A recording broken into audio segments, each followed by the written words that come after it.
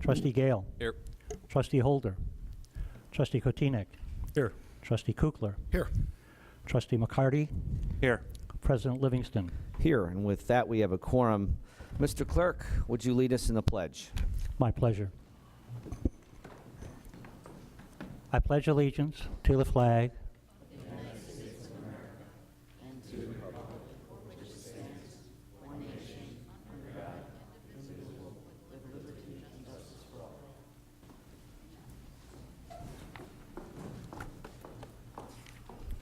All right, the first part of our meeting this evening is to hold a public hearing on our fiscal year 2019-2020 budget, operating and capital improvements budget.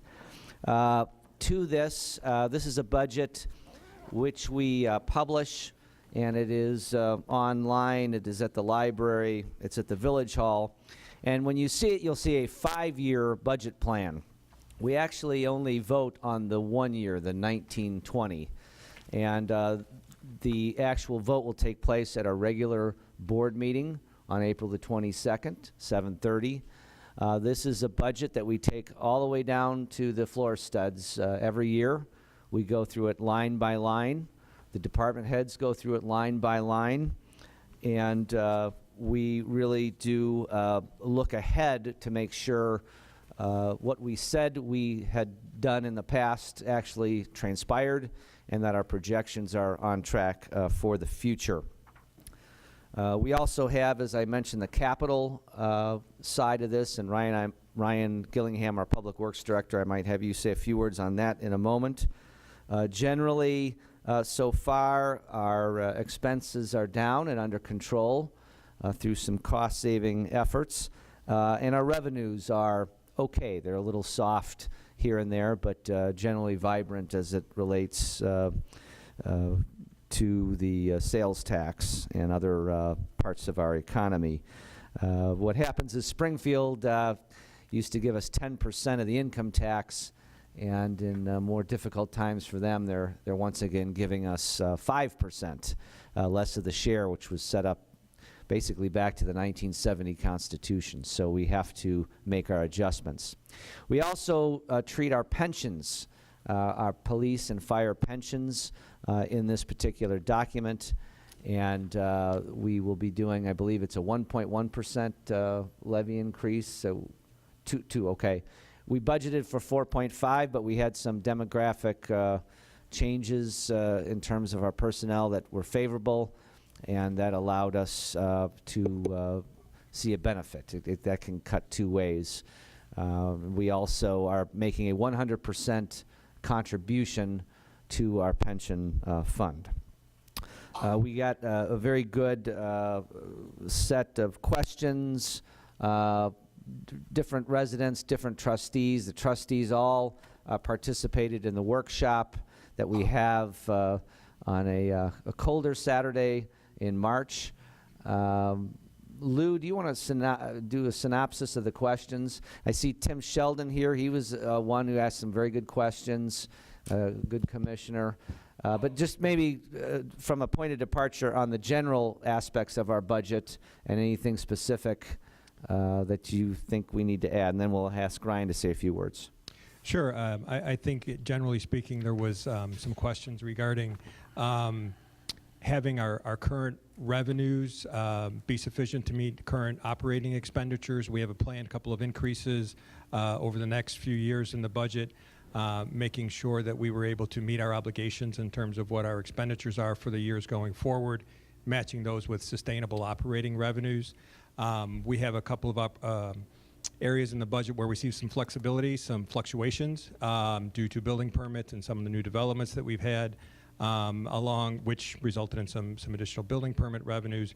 We also had some recent cost savings from a favorable bid project that's coming up here. So I think what we're looking at is maintaining those funds as they are in the budget, looking to build reserves. We know we've got a couple of big sewer projects down the road that we'll need to be funding. So we're going to look to maintain the budget in the way that it's presently presented. There's no other changes between the preliminary budget that we talked about in terms of budget figures and the budget as it exists today. Great. Thank you for that. Ryan, maybe just a very quick synopsis on capital highlights we've got that the public we'd be voting on. Sure. It's going to be another busy construction season. Two projects that we have, or three projects that we have already started this year. The first is the water mains on Blackstone from 47th to Cossett. We also have the water main being replaced on Ashland from 47th to Harris. Once both of those projects, the water main projects, are complete, we'll be resurfacing the roadway on those sections as well. We also have the Brewster Avenue water main project underway as well right now. That's a joint, well, the water main is a village project, but we also have a joint project with Grange Park to resurface the roadway once that's complete, and that is from Grange Road to Spring Avenue. We also have the rebuilding of the parking lots, the Village Hall parking lot right outside here with permeable pavers, and that's a partnership with MWRD, and also Lot 8, and that'll be a permeable paver project too. One project that's not a village project but is started today is the resurfacing of LaGrange Road from 55th all the way to 31st Street, and so that project will also be taking place this summer. Great. And just for those who don't know, what is Lot 8? Lot 8 is the surface parking lot located at Harrison Madison. Great.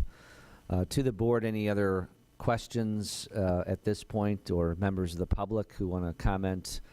Please feel free to at this time on the budget.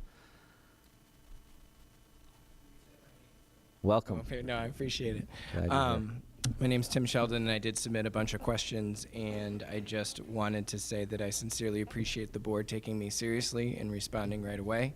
And I want to appreciate Mr. Ciperoni and Ms. Peterson, who met with me this afternoon and answered all my questions, and so my concerns have been satisfied, so thank you very much for that. Great. Well, thank you for the questions, and that helps us. The village represents about 12%, would you say, of your property tax bill, so we do feel like we serve above our weight on that. We do police, fire, public works, economic development, and many other functions in terms of licensing within that those boundaries in that budget.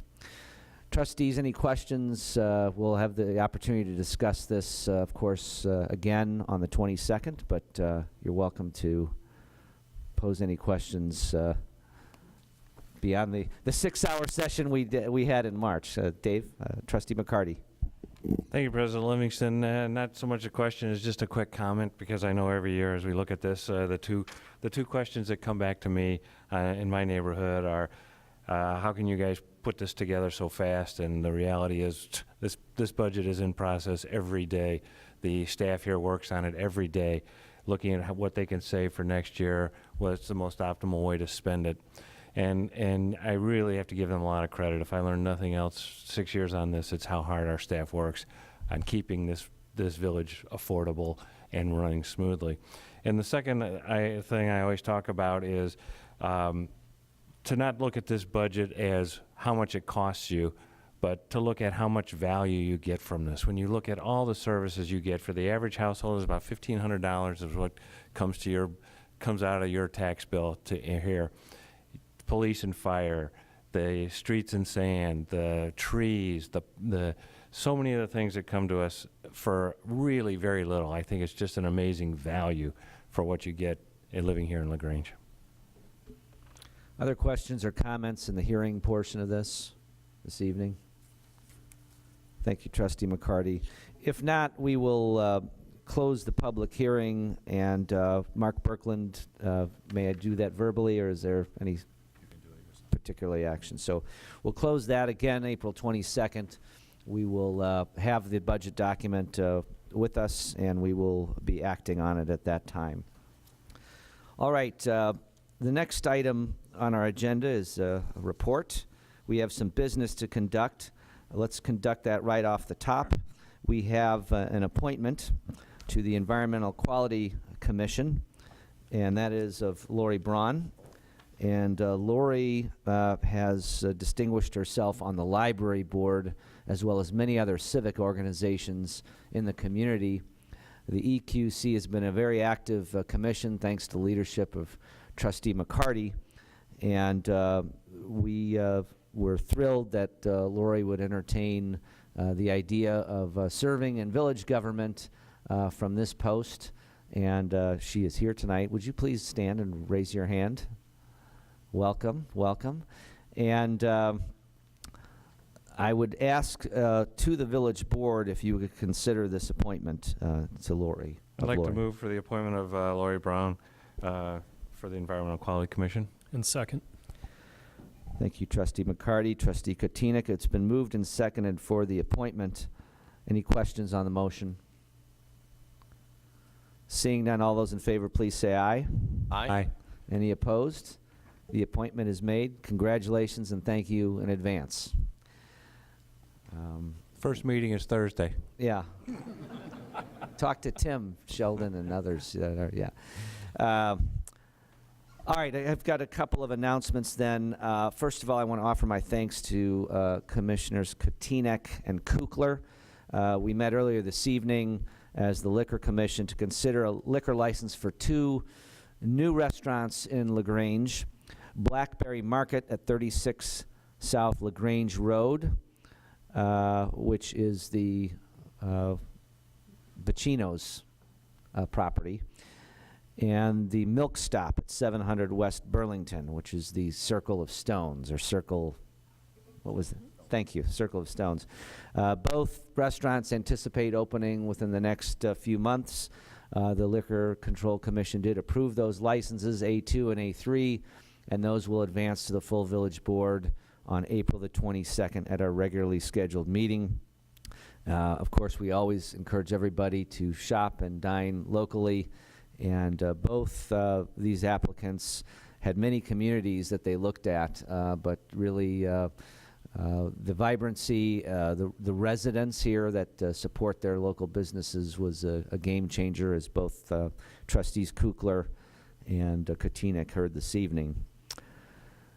House Bill 345 has passed. It is makes the establishment of the smoking sale age of 21 statewide in the state of Illinois, and that is effective July 1st. So we will duly enforce that through our police chief and our police department. That was signed over the weekend.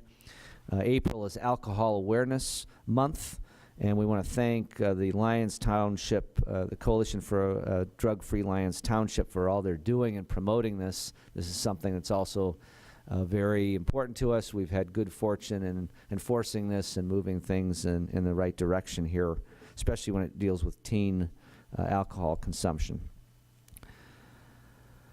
LaGrange was featured in the March 2019 issue of Chicago Magazine as having one of the 5 most charming downtowns in the Chicago area, and it is also prominently featured in the April 2019 issue of West Suburban Living magazine, as are many stores and restaurants. So we do appreciate the accolades. We put that back on our business community, our residents.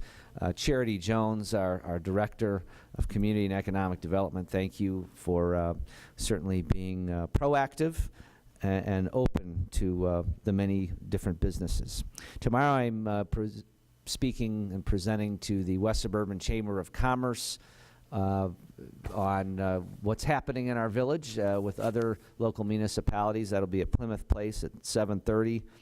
And then at lunch, we have a meeting with the Metropolitan Mayor's Caucus, where we convene with different mayors from the region, including Chicago, and discuss a variety of issues, both legislatively, is it dealing with pension consolidation, and just regional stormwater issues and other things that could be an advantage to LaGrange, a competitive advantage to LaGrange. I want to congratulate, speaking of Charity Jones, our Community and Economic Development Director, as the recipient of the West Suburban Chamber of Commerce's Regional 30 Under 40 recognition. This initiative identifies 30 individuals in the area who are really up and coming and making a significant impact to our region. So I'd like to offer our congratulations to Charity.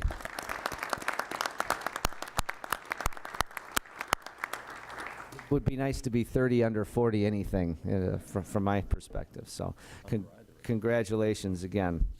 With that, I might ask our village manager, one other, let me just, one other item. Congratulations to all those who ran in the most recent municipal elections for Park District and Library Board and the Village Board. We have a new trustee-elect. Beth Augustine was elected. She will be administered the oath of office on May the 13th and will join us that evening at the rostrum. And Beth is here. And Beth, would you please stand, and congratulations.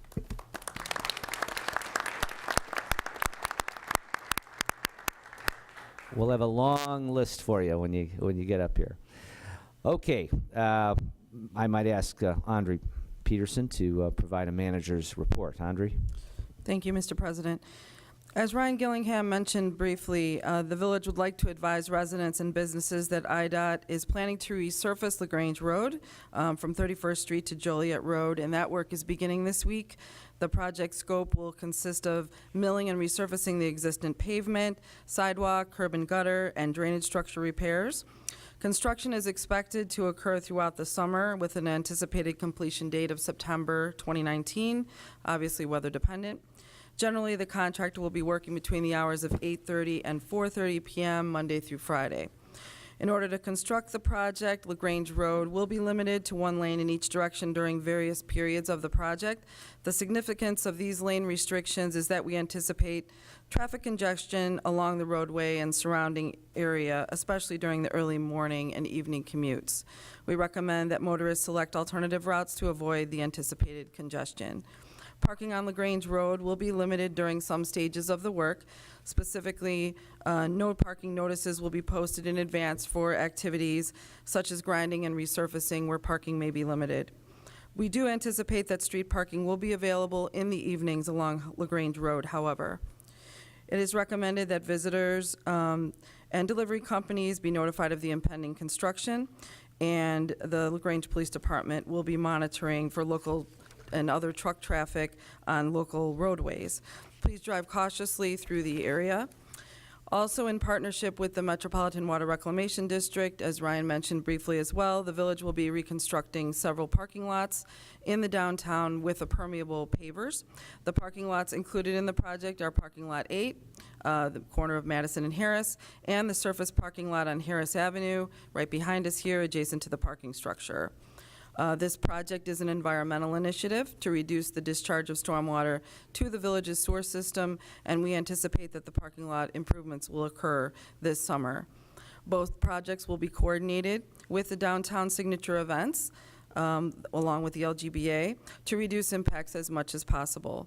We will provide periodic updates on construction operations. We do have a website with more information where that construction information is posted, www.villageoflagrange.com/construction. And we thank you in advance for your patience and cooperation. The Metropolitan Water Reclamation District, in conjunction with the Illinois Environmental Protection Agency and Brookfield Zoo, will be hosting a Household Hazardous Waste Collection Day this Saturday, April 13th, from 8 a.m. to 3 p.m. in the north parking lot at Brookfield Zoo, located at 8400 West 31st Street in Brookfield. The zoo will also be hosting an event called Party for the Planet, which will include electronics recycling, textile recycling, and paper shredding. A number of other family activities are also planned. For more details, please visit the village's website or the Brookfield Zoo website. The Drug Enforcement Administration is also coordinating a national effort to collect unwanted, unused, and expired medications on Saturday, April 27th from 10 a.m. to 2 p.m. The LaGrange Police Department serves as a regional drop-off facility, and specific information about that program, acceptable and unacceptable items, is also available on the village's website. Free compost is also available to LaGrange residents through the Water Reclamation District of Greater Chicago. The MWRD's compost, called EQ Compost, is produced by blending biosolids, wood chips, grass clippings, and leaves. Residents can also contact the MWRD, and for larger, 10 cubic yards or more, can actually have delivery arranged. For more information, also please visit the village's website or the MWRD's website. Finally, village offices will be closed on Friday, April 19th, and regular business hours will resume on Monday, April 22nd, beginning at 8:30 a.m. As always, a full complement of public safety personnel will be available in the event of an emergency. That's all I have, Mr. President. Great, thank you, Andre. Any questions for Andre at this point? Seeing none, Mr. Clerk, if you could read the items on the consent agenda. Certainly. Matters on the consent agenda will be considered by a single motion and vote because they have already been considered fully by the board at a previous meeting or have been determined to be of a routine nature. Any member of the Board of Trustees may request that an item be moved from the consent agenda to current business for separate consideration. There are several items. Item A, ordinance, creating an additional Class A2 liquor license, Max House, LaGrange, LLC, doing business as Max House.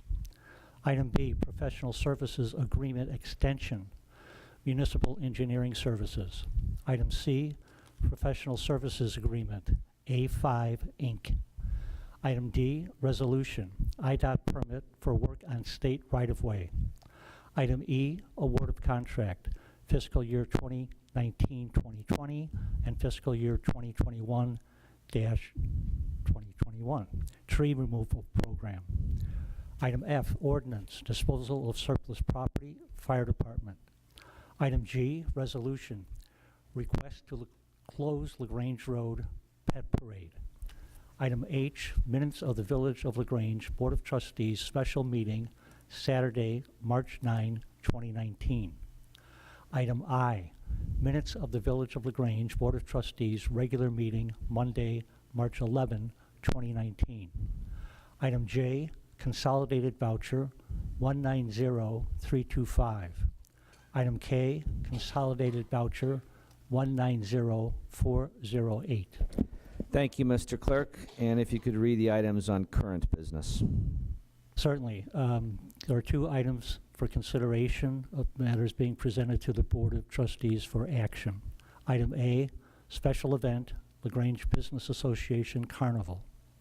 Item B, consideration of an application by DTLG Investments, LLC, presentation Jackson Square Antique Mall and Law Office Properties, 112 East Burlington Avenue. Thank you, Mr. Clerk.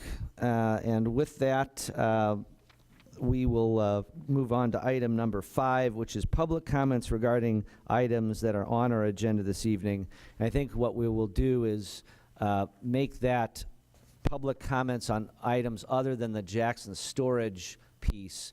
We will do that. We will have public comments on that at the point in the meeting closer to when we're discussing that item. So if there's any public comments on items on the consent agenda or on the pet parade matters, I would take those at this point. We would take those.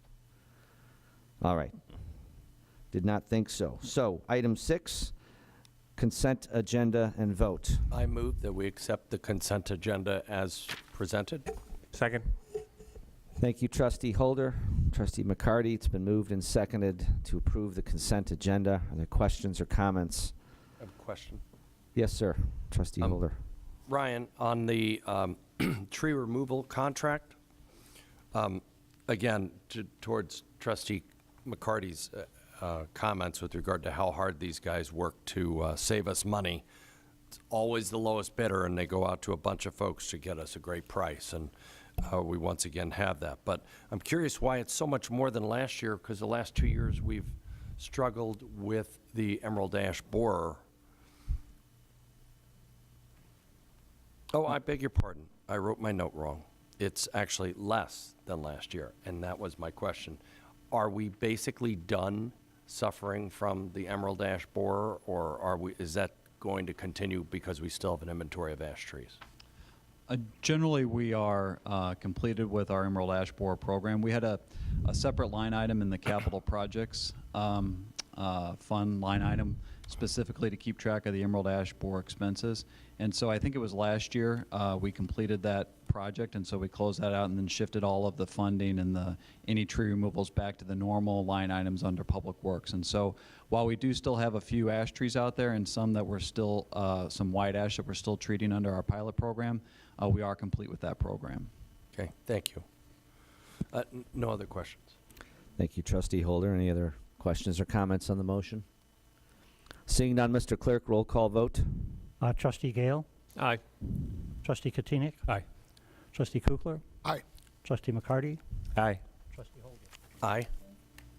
The motion is approved. The consent agenda is approved.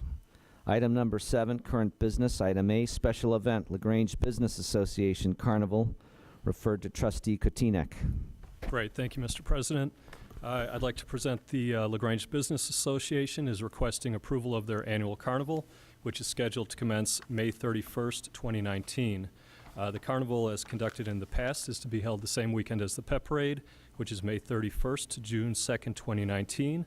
Also similar to last year, the carnival will be held on Harris Avenue between LaGrange Road and Ashland Avenue, and the proposed hours are also unchanged from last year. They would run Friday, May 31st from 5 to 10 p.m., Saturday, June 1st from noon to 10 p.m., and Sunday, June 2nd, noon to 9 p.m. With this, the LGBA is requesting authorization to sell beer and wine during this event, which will be provided by a licensed and local caterer. The LGBA has a positive track record for the sale and service of alcohol over the past several years, so no issues have come up in the past. The LGBA is also requesting that the use of village parking lots 3, 4, and 8, which are located along Harris Avenue, are made available. Rides, food tents, and live music will be placed in these lots to enhance the weekend experience. The village staff is supportive, and based on previous year's performance, they recommend the approval of the request for the LGBA's carnival, subject to the following conditions, which I'll list. First, that all licenses, permits, hold harmless, and insurance coverage be obtained to the satisfaction of the village. Second, that all suitable control over the sale of beer and wine be imposed subject to the approval of the Liquor Commissioner, including all provisions under Section 111.100 of the Liquor Code. Third, that the LGBA representatives notify all the affected businesses of the pending events no less than 2 weeks prior to setup. The LGBA has already advised and coordinated with Cosset School Administration. Fourth, that the carnival setup crew leave an approximate 10-foot travel lane along the south parking lane of Harris Avenue and the west side of Madison Avenue, open for Thursday, May 30th, Friday, May 31st, to allow for pickup and drop-off of children during school hours. Fifth, that the organizers schedule a pre-carnival meeting and maintain contact with staff of all related departments in the village to determine specifics of the operations and setup of all the events. Sixth, that the village maintains final approval of site security, parking, and utility plans. And lastly, that all costs incurred by the village be billed to the LGBA after the event concludes. If my fellow board members concur with this request, the village board will need to formally approve the temporary closures of Harris Avenue from LaGrange Road to Ashland Avenue, waive restrictions which prohibit the consumption of alcohol on the public way, waive restrictions for the outdoor display and sale of goods and services in the C1 zoning district, and approve carnival rides as a temporary use. I think I see Nancy behind the podium from the LGBA. Thank you, Nancy. If there's anything I missed that you want to add to that? Great. Thank you for your work on that. Separately, the Liquor Commissioner will grant permission to the LGBA to sell alcohol during this special event and could impose any additional restrictions deemed appropriate. So I therefore would like to make a motion to approve the LGBA's carnival as described and subject to the mentioned conditions. Second. Thank you, Trustee Kotinek. Trustee Holder, it's been moved and seconded. Questions on the motion? Seeing none, Mr. Clerk, roll call vote. Trustee McCarty, Aye. Trustee Kukler, Aye. Trustee Gale, Aye. Trustee Holder, Aye. Trustee Kotinek. Aye. The motion is approved, and we look forward to a successful event and thank the partnership with the LaGrange Business Association in advance. Appreciate that. Item B, consideration of an application by DTLG Investments, LLC, presentation, Jackson Square Antique Mall, and law office properties, 112 East Burlington Avenue. We're going to read some of this into the record. We're going to turn it over to Trustee Holder. This is our first hearing at the village board level. We've been closely monitoring the discussions. We get all the transmittals from the Plan Commission, pre-application meetings, etc. We'll then have a presentation by the developer this evening. Then after the presentation, we'll take a couple of initial, maybe follow-up trustee comments. Then we will offer and request public comments, and then we'll open it up again for some trustee follow-on. And our options will be, this is just a read-through tonight, so we're not going to take a vote. The options will be for the village board to table this to a date specific in the future, to take action up or down on the proposal, or to send it back to the Plan Commission, and whereby they would act if there was some changes that have been observed, and then send it back to us. We're holding May 6th as a date for possible consideration of this, and so I would ask the board to hold that date for now. A lot of that will depend on the process, and if it's not that date, we'll certainly be public on, it wouldn't be any sooner than May 6th. It would be either May 6th or at some point after that time, based on the reviews and the discussions that need to take place. So with that, I'm grateful, Trustee Holder's a liaison to this particular committee, the Plan Commission and other commissions, so he has the duty of reading it into the record. So thanks, as always, Bill. Thank you for that opportunity. DTLG Investments, which is the applicant, is the owner of the property at 112 East Burlington, which we all refer to as the Jackson Storage property. And also the purchaser, the contract purchaser of the property at 5 6th Avenue. And they are seeking approvals to allow a residential planned development that they're right now calling Grange condominiums. It includes a few things. It's a 5-story building, 50 dwelling units on floors 2 through 5, consisting of 32 bedroom units that go between 1,100 square foot and almost 1,500 square feet, and 23 bedroom units that go from almost 1,600 square feet to 2,144 square feet. Lots of parking spaces within the first floor of the building, which is located mostly below ground. A plaza that will be open to the public, a stormwater management facility, of course, and improvements to both pedestrian and streetscape elements along 6th, 7th, and Burlington. All improvements on the property, including the landscaping, the plaza, the stormwater management facility, are as currently proposed, going to be owned and maintained by the Homeowners Association, and will develop an agreement between the village and them to govern the maintenance requirements for privately owned infrastructure. The zoning approvals sought here include, 1, an amendment to the zoning map to reclassify the subject property from C1 Central Commercial to R8 Multifamily Residential.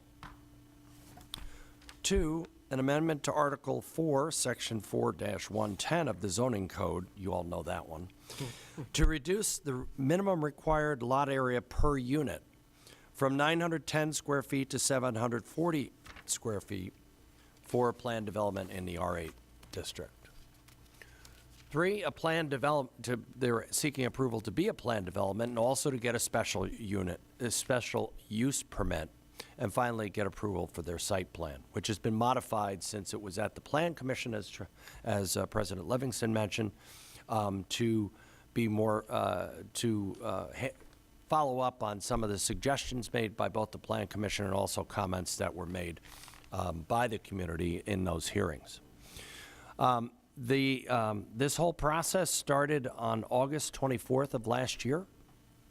Lest you think this is a last-minute thing, there was a pre-application meeting, And then they actually filed their application on October 4th, submitted revised plans on December 12th, and then the Plan Commission had its first hearing on January 8th in order to review the application. And at that hearing, residents raised a bunch of concerns related to traffic, the lack of setbacks from the yards, and the monolithic appearance of the building from 7th Avenue. The Plan Commission expressed general support for the proposed rezoning and development of the property for residential use, however. And they also expressed concerns related to bulk, specifically the 0-foot yards and proximity of the proposed balconies. And also, they expressed support for the proposed building design along Burlington Avenue, but had concerns about the lack of architectural details and continuation of the plan going around the other elevations.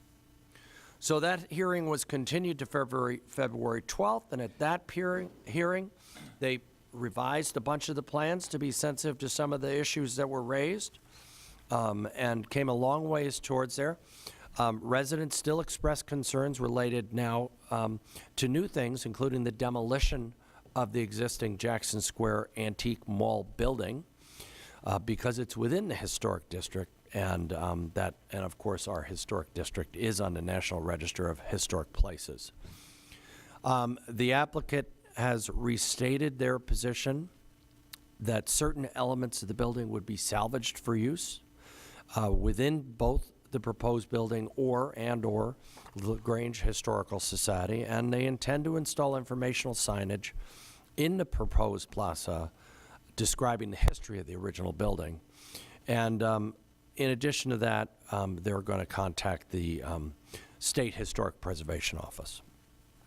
During deliberation in that meeting, February 12th, the Plan Commission expressed general concerns with regard to the amount of zoning relief related to the bulk standards. And they also expressed concerns regarding the proposed text amendment regarding allowable lot area per unit and the precedent that that text amendment would establish. So at the applicant's request, the Plan Commission took a vote, and they failed to pass on that vote, which now places them here before us. Since then, they've revised the submittals, which, if you've seen what is online for our packet and what we all have in front of us, and in living color, they've revised the package even more, and revised the package in order to be sensitive to the issues raised by the Plan Commission and by the people that spoke at those hearings. In our package, on Table 1, is a list of the zoning code standards and also what they're requesting with regard to the plan development in order to get approval here. Because it is a planned development and a special use, the village board does have the ability to grant this. They are not limited as the zoning code might restrict. However, some of these are still issues of concern. Some of these relate to the fact that even though if this were a commercial building, they could do a lot of these things if they were rebuilding the Jackson Storage Building, for example. But as a residential building, they're held to a residential standard, the difference between C1 and R8. But be that as it may, that is the code. They are in the central business district and are required to have an R classification. And so while we have the authority to grant the requested modifications, we need to explore this a little further.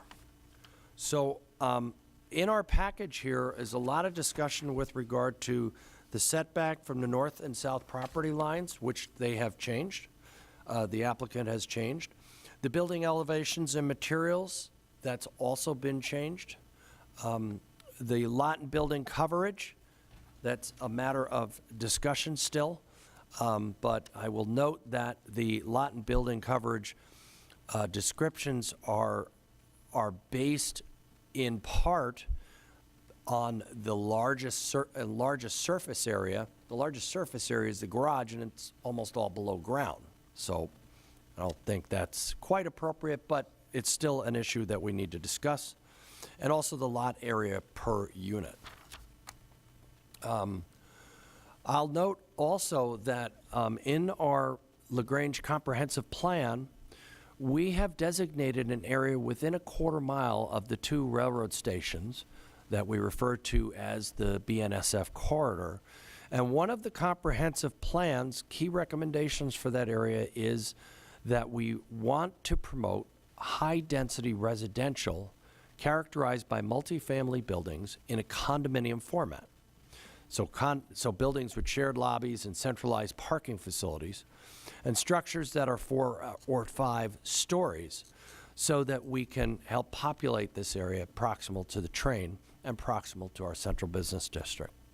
Staff has recommended to us that if we wish to allow higher density developments in the R8 plan developments, that the text amendment could be written to apply within an area just within the BNSF corridor. So for us to keep in mind as we're considering that. Also in here are the landscaping and streetscape changes which have occurred because the setbacks have increased, the engineering plans, the final plat standards, and additional submittal materials that they have provided for us. So at this time, rather than read you through all this gory detail, I'd rather let the applicant at this point come up and present to us. Now, please keep in mind, we've never heard this before, although we've studied it from afar. Many of the members of the village board have not been in plan commission meetings. A lot of the people watching at home have never seen this before either. So if you could take us through your new and improved application, I would be very grateful. And if you would, we need a mic for him, and if you would introduce yourself. Thank you, Charity.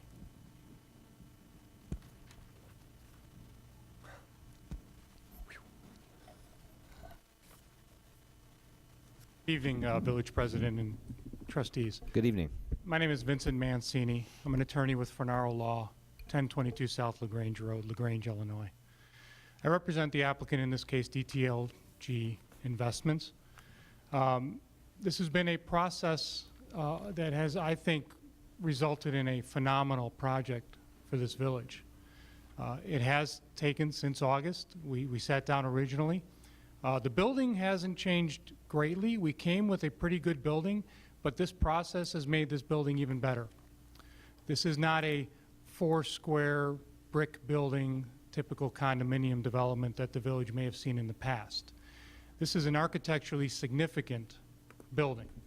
We have our architects here if you have questions about that, but we've taken great measure in this building to pay not only homage to the Jackson Storage Building, but to also to create really a landmark piece on the east side of the village downtown area. The first piece people are going to see as they ride in from the east on the train. The applicant is managed and primarily owned by local investors. They're using local banks. They've invested in the community previously. We seek to revitalize, again, the east side of the business district with this project. We're adding, hopefully, 108 residents within a walking distance to the business district, the bars, the restaurants, the shops. You heard this evening, there's new liquor licenses being offered, and we're hopeful that these residents will one day go to those establishments. Now, the existing Jackson Storage Building, as you can see here, is in poor structural condition. If you don't mind going back, Habib. So most of the facade is actually just brick. Although it looks like it's terracotta tiles, it's not. Our architect can explain it. It's just a thin layer of terracotta over brick. They're cracked, and they're frankly not salvageable at this point. We are going to try to salvage certain things like windows and doors of the building. Some of the shipping tiles we're going to try to salvage and incorporate into the new building, for example. We've worked with the Historical Commission on this. The interior of the building is also in poor condition. It also can't be repurposed. The interior of the building has low ceiling heights. Some of the ceiling heights are actually shorter than me. is a challenge to walk through. There's no fire separation between spaces, and there's very few windows to let in natural light. So we are left with redoing it, or again, paying homage to it. So the new design incorporates a lot of the same elements of the Jackson Storage Building. In particular, the annex adopts the pyramidal or triangular shaped windows. We also are keeping different roof lines, varied roof lines. Again, it's not a 4-square brick building. We've got a aluminum crow's nest, I call it, at the top there for the clubhouse type use for the residents. It's going to look over, it's got a balcony, it looks over the train station. The interior items, we've already talked to the Historical Society, and they've agreed to select certain things to keep that's salvageable. Doors, a window, things of that nature. And in fact, we're going to store that for them during this process because they currently don't have any place to store these things. So we've worked very closely with the Historical Commission to try to preserve as much as we can that's got historical significance. So as Trustee Holder pointed out, summary of the development, it's 50 residential units. There's underground parking. 83 underground spots are going to be created by this. That is more than sufficient for this size of a development. The landscaping is going to be incorporated in the plaza. It's going to be consistent with the commercial districts to the west. So you'll have one natural flow as you come around Burlington heading east. The tree pits, all of that is going to be consistent. The sidewalk itself will be consistent. And then again, the club room, which I mentioned earlier, is going to be overlooking Burlington Avenue and the train station. It's a glass structure. It'll be illuminated in the evening. So if you look at Burlington itself, the before and after is pretty dramatic. Instead of a parking lot, what you're going to have is an open plaza available to the public. So the comprehensive plan, as noted by Trustee Holder, actually supports this development and this exact type of development in this location. So adjustments to the minimum lot size in the BNSF corridor should be utilized to provide varied housing in this area. And the comprehensive plan says we should encourage higher housing densities within a quarter mile of the train station. So that's exactly what we're doing. Further, the market is actually supporting this type of development at this stage. The Chicago Tribune in March of 2019 published an article talking about how the market itself lacks something called middle housing. That doesn't mean middle income housing. That means middle housing. It means something less than a large home and something more than a small unit. And that's exactly what we're filling here. The movement is then to create these types of developments, again, within a walkability and, of downtown stores, restaurants, and trains. So there's a point in this market now where they need this inventory right now, and we're filling a need. And in fact, some municipalities have even started to change their zoning codes to start to incorporate these concepts into their development of their downtown area to, again, bring more people to within an area of their business district. Your Tracy Cross report that was provided further confirms this. First off, they note that the parking ratio of this development is more than sufficient for what's called a transit-oriented development. That's what this is. We're going to be marketing to people who take the train or to empty nesters who want to be within walking distance to downtown.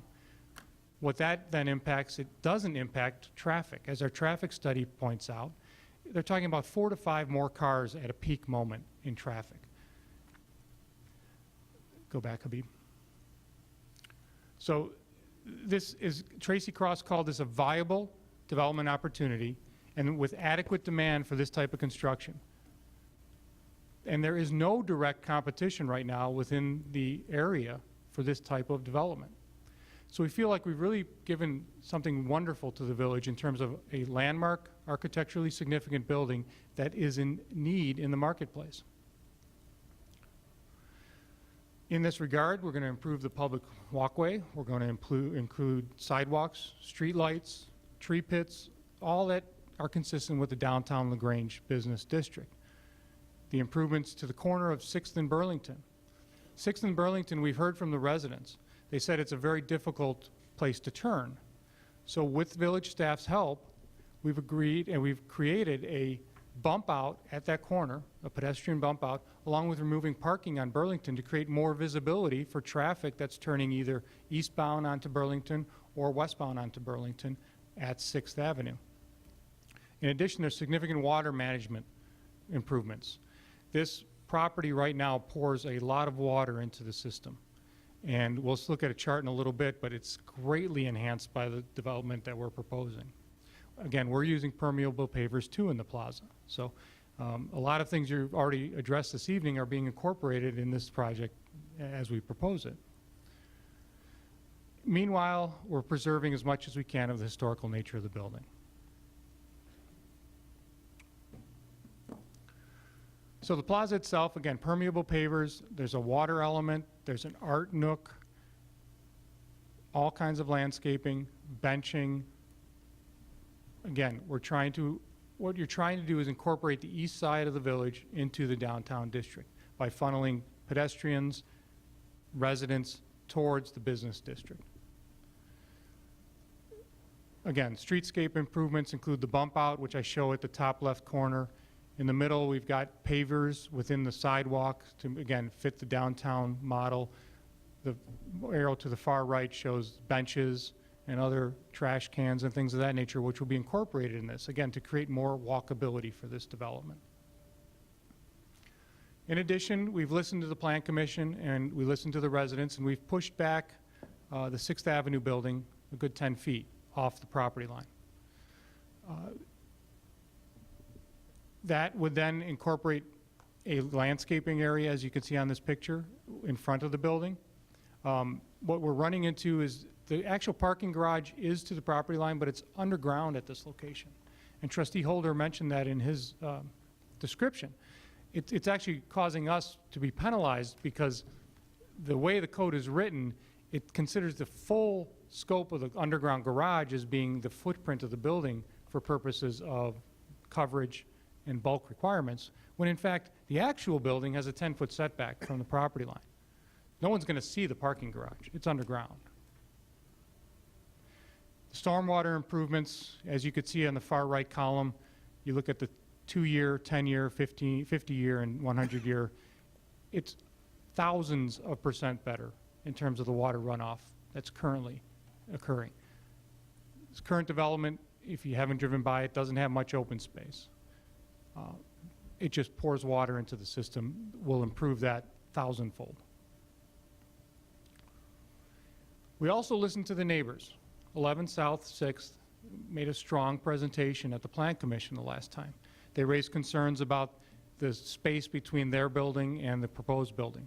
Well, now we've changed that to create a full 15-foot gap with nothing obstructing that gap whatsoever. Previously, there was a retaining wall for a walkway. There were some balconies that would have come into that space. Now, all of that's been removed. We've been able to recess a balcony and move other balconies further east, so it's outside the footprint of the neighbor to the south.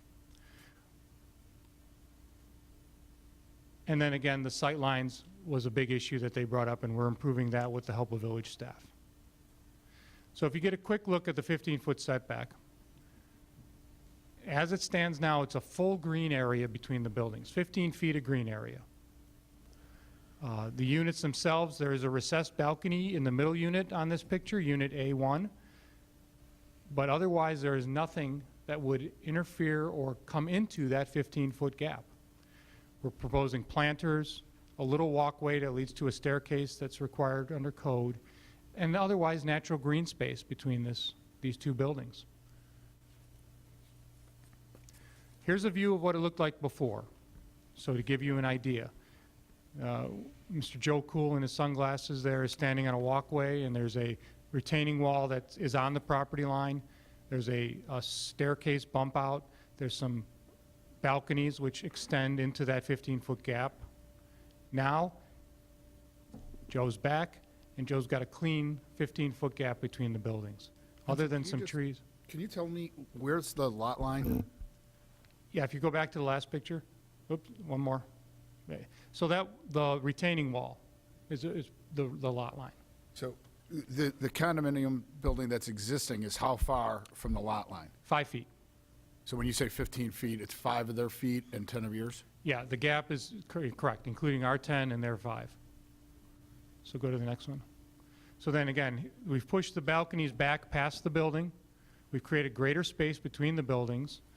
The residents were concerned about the fire. Can a ladder get back there if there's a fire? The chief at the time, before the Plan Commission, indicated there was no issue with that. The ladders could be placed in there. We've given them even more space to do that now. We've recessed, again, the balcony and the staircase, so now there is a full 15-foot gap between the buildings. The southern property line is where the topography comes into play and gives you an idea of the bluff, of the former bluff of Lake Michigan. As you go eastbound across the southern property line, you can see the land goes essentially about 10 feet down. It's a gradual decrease on the eastern half of the building. I'm sorry, western half of the building. But on the eastern half of the building, it becomes more severe. Eastern half of the building doesn't reflect on anybody. There's a house at the corner of our building, but otherwise it's open space all along there. And on top of it, the eastern half of the building has a 16-foot, quote-unquote, setback between what is the property line and the actual building. Now, in that case, there are balconies extending into that 16-foot setback, but it is still a full 16 feet from the property line to the building. So some of the bulk requirements that came up during the Plan Commission that we were frankly caught off guard and admittedly not well prepared for because it hadn't come up previously is the maximum lot area per unit. So we started looking into that a little bit. And if you look at the Uptown development across the street at Ogden, they're at 610. 11 South 6th, the neighbor to the south of us, they're at 830 per square feet. And then the two developments, one is at South 6th Avenue, 26 South 6th, and the other, like, brother or sister to that was 65 East Harris. They're at 523 square feet per unit. Our square feet per unit, as currently depicted, is at 740 square feet. It is below the 910 that's allowable under the PUD. However, we can increase that to 787 by removing the annex, which is the portion of the building that sticks out and goes north. So it would be the clubhouse and 2 units. We would lose another unit in the main rectangle of the building. So we'd go down to 47 units. And we can increase our MLA to 787 square feet. So well within what has been previously done in the village before. To give you a visual depiction of what's missing, why is our MLA low, quote unquote low, it's because our parking is underground. If you were going to develop a multifamily unit, you would have above ground parking. You would have to put a parking lot the size of the green area, I'm sorry, the yellow area to make the MLA increase. So we'd have to find some land equivalent to that size, about 8,500 square feet. But that would only hold 26 parking spaces. We're accommodating 83 parking spaces for all unit owners and guests underground in a much larger section. But we're being penalized under this calculation of MLA for doing such, which we think is really unfair, but it's how the code's written because the code wasn't designed, again, for this type of use. This is a new, evolving type of use. It's also unique to the topography. You're not going to have an underground parking garage everywhere. It's expensive to dig. This is an expensive building to build. And those expenses have to be spread out amongst the units. If we're going to build a parking garage underground, there's some digging that's going to be involved, and that's expensive. Here's the project, though, without the annex. So as you can see, it's still a very attractive project, wonderfully interesting architecture. We would lose the crow's nest clubhouse amenity for the residents. We'd lose 2 units and a large lobby area, but we could build a lobby area and take away one of the units on the first floor. And that again, unit, or that development itself would have an increased MLA of 787. The plaza would be bigger without the annex also. Now we're approaching 7,000 square feet of plaza. So then there's this issue of total lot coverage. That came up at the Plan Commission also. So So our proposed development has a maximum total lot coverage 82.8%, which can be reduced to 79 if we remove the annex. But this number, again, takes into account the garage. The garage is much bigger than the building above ground because the garage has to accommodate the 83 parking spots. If you don't want parking on the streets, which nobody does, you need a garage the size we're building. You can't make the building any smaller to accommodate that many garage spaces. In fact, the garage in your packet shows tandem garage parking units because we're trying to accommodate that. If you compare it with other recent developments for maximum building lot coverage, the Uptown project is about 90% according to our engineers, just from a visual look. The village never had to consider that though because it was a C3 development. So the village never looked at the bulk requirements for Uptown. 40 South Ashland's at 75.3% for building coverage. Same ballpark as we're in. Some other interesting measurements, if you compare them to Uptown and 40 South Ashland, our proposed building height's 53 feet at 6th, 63 feet at 7th. Uptown's 77 feet. Ashland, 40 South Ashland's 53.8. So they're larger. Our front yard has a 9 to 10 foot setback. That's the 6th Avenue. 6th Avenue is considered the front. Now, it's not a setback under the technical terms because we have a garage underground, but there's a 9 to 10 foot gap between the property line and the building. The front yard of Ashland, 40 South Ashland, is 8 inches.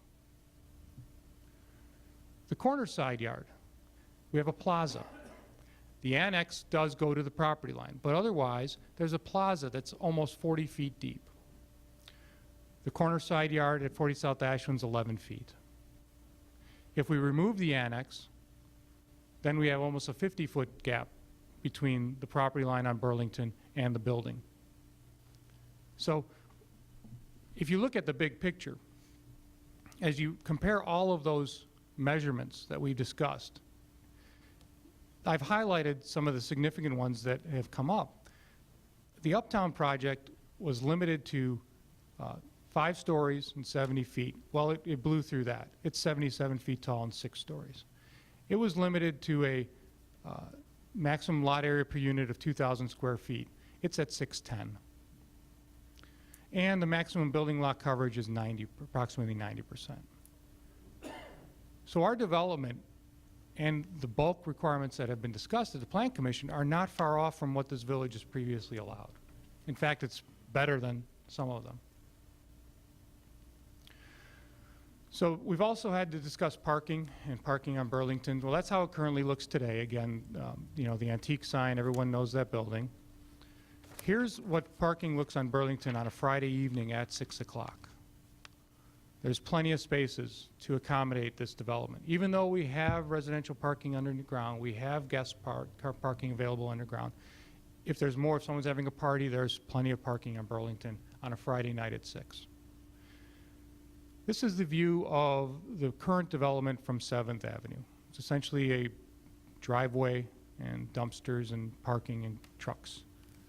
The new development is going to have the trucks hidden in a driveway there, a delivery truck, live walls. We've increased the architectural features at this site, including more brick. We've heard the Plan Commission, and we abided by their requests. Then there's parking on 7th also. So this is during the day on 7th. There's a parking lot that's east of the development. And again, if you look at it on Friday nights at 6 o'clock, the parking lot's primarily empty. That's a public parking lot that could be used by residents if they have guests over, within, you know, a 1-2 minute walk of the main lobby. There's the parking lot again, Friday night at 7 o'clock, or I'm sorry, 6 o'clock. The north side of the building faces the Becknell building. And we have a terrace for the first floor of residences and then balconies overlooking that. Again, there's a full 10-foot gap between the buildings as required by fire code.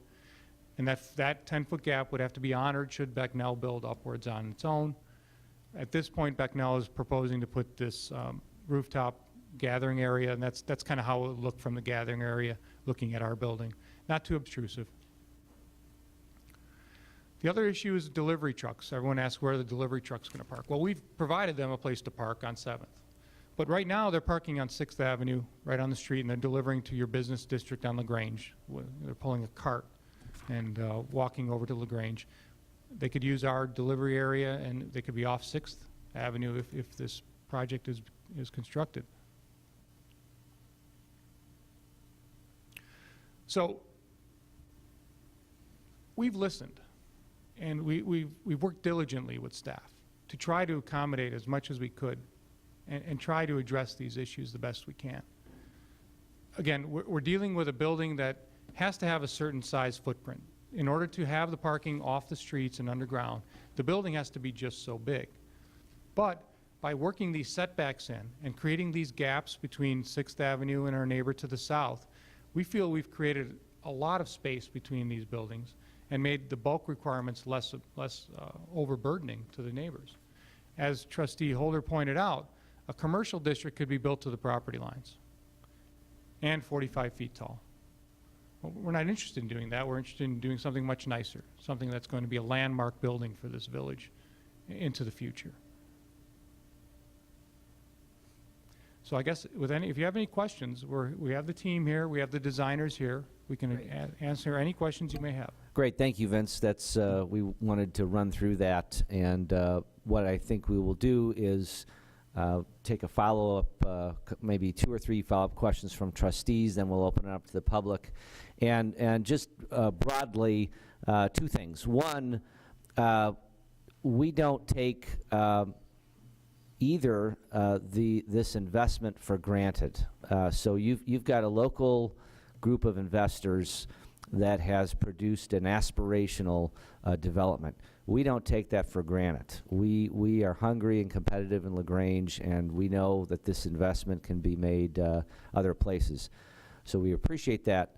We also don't take for granted the residents in the area who have invested in their homes, who have in some cases, a long-term relationship with the village. Our job tonight is to provide specific feedback to trustees, to you, the applicant, as we look at the proposal and or provide feedback to the Plan Commission should the village board decide to remand that back this evening. Again, we are very pleased with the process so far, both with the residents and the applicants.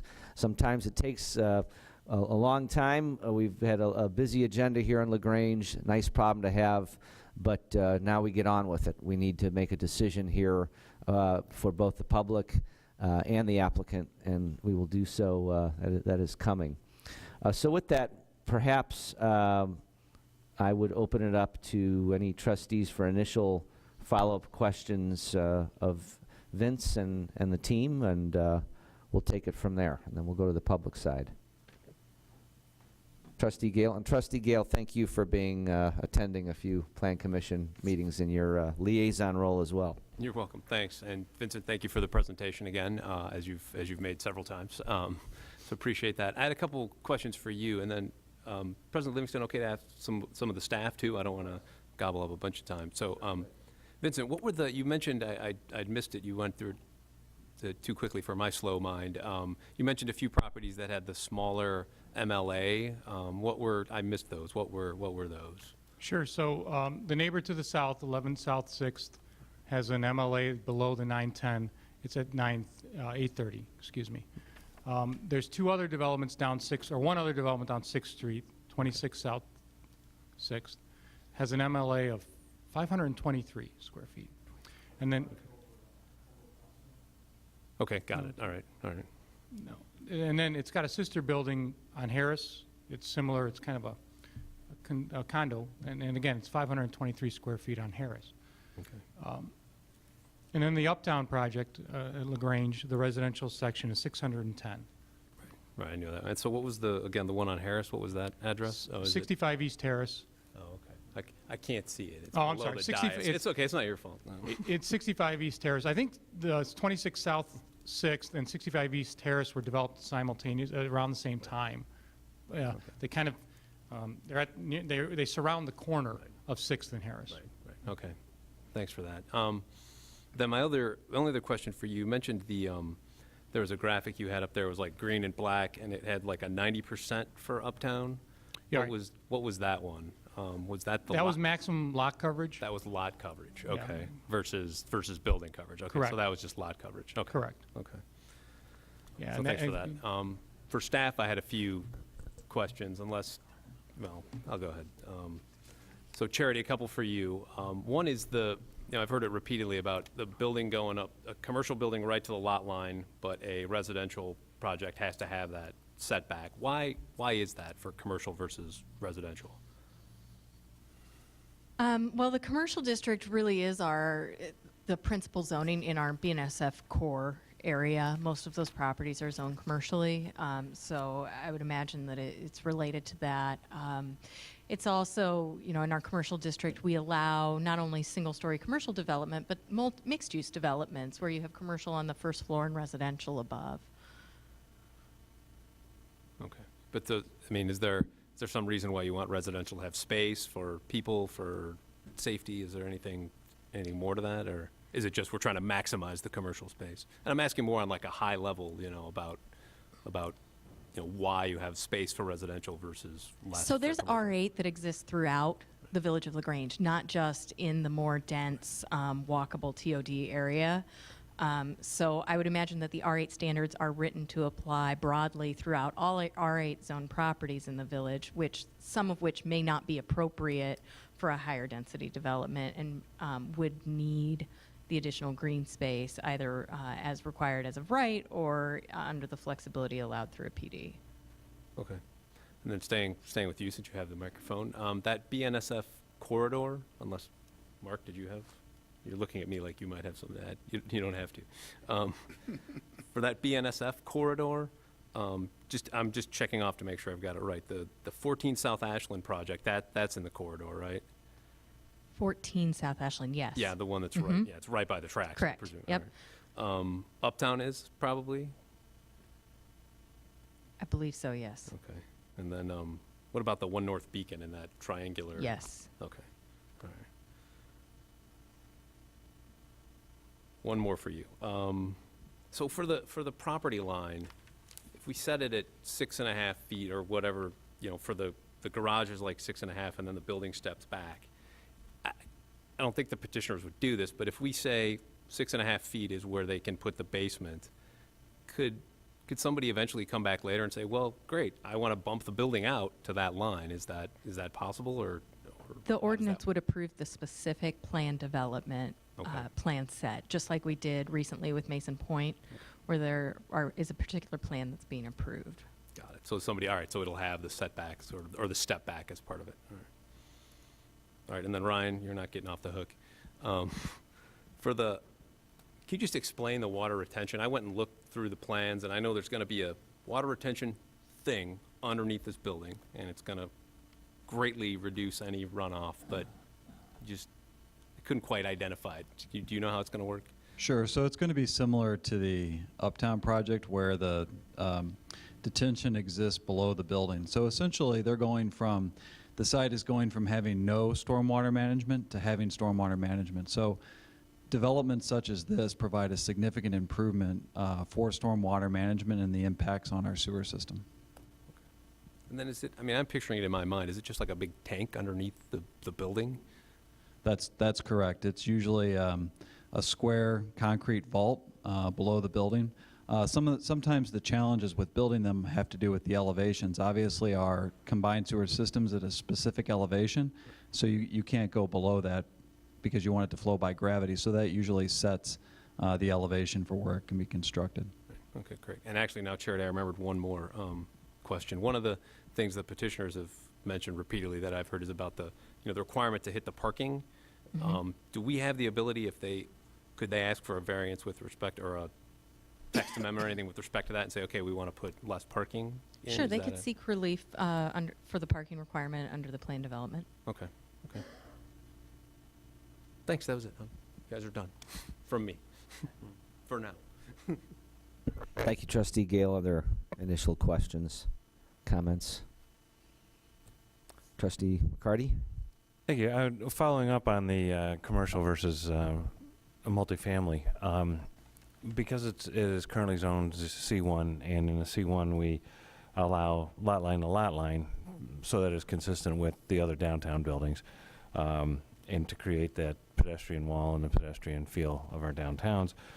They could build the first floor as commercial and then build straight up from there 2 more floors of residential on top of that. Correct. And would they still have to come for a planned development for that, or could they do that by right? As of right, under the C1 is limited by a floor area ratio of 3, which would allow you to go lot line to lot line 3 stories up for a maximum height of 45 feet. And do they don't have to provide any parking for the commercial, correct? In the C1, there's no parking? In the C1, if it's a permitted use, you do not have to provide parking. And then what about the residential? Would they still need to provide parking for the residential? They would have to provide parking for the residential. So in theory, they could still do it below grade, build that lot line to lot line, 3 stories, and have a by right development. Correct. I'm looking at the plan and the layout, and obviously the consideration of lot line to lot line. And one of the trade-offs you could have made was to go higher, to go another floor, and to reduce the footprint. Had you considered that, and what would be the ramifications for that, or why didn't you? Let the design team, the architect, talk about that, but we were limited by the PUD to some extent. The PUD doesn't allow us to go above, I think it's 70 feet. And so I believe on the 7th Avenue side, we're actually at 63 feet, whereas on the 6th Avenue side, we're at 53. So, yeah. So that's the reason why is, and again, that now you're getting very, very tall, uptown tall, and we felt this was a better fit. Habib, do you want to get the bird's eye view of Burlington? It's one of the other. Yeah, so what we're trying to do is again be consistent with the area.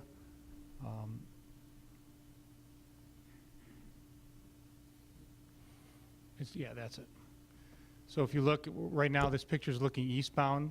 Burlington, the train tracks are right in the middle of the picture. Our development's almost near the top. You see, there's a little orange dot. I wish I had a pointer handy. There you go.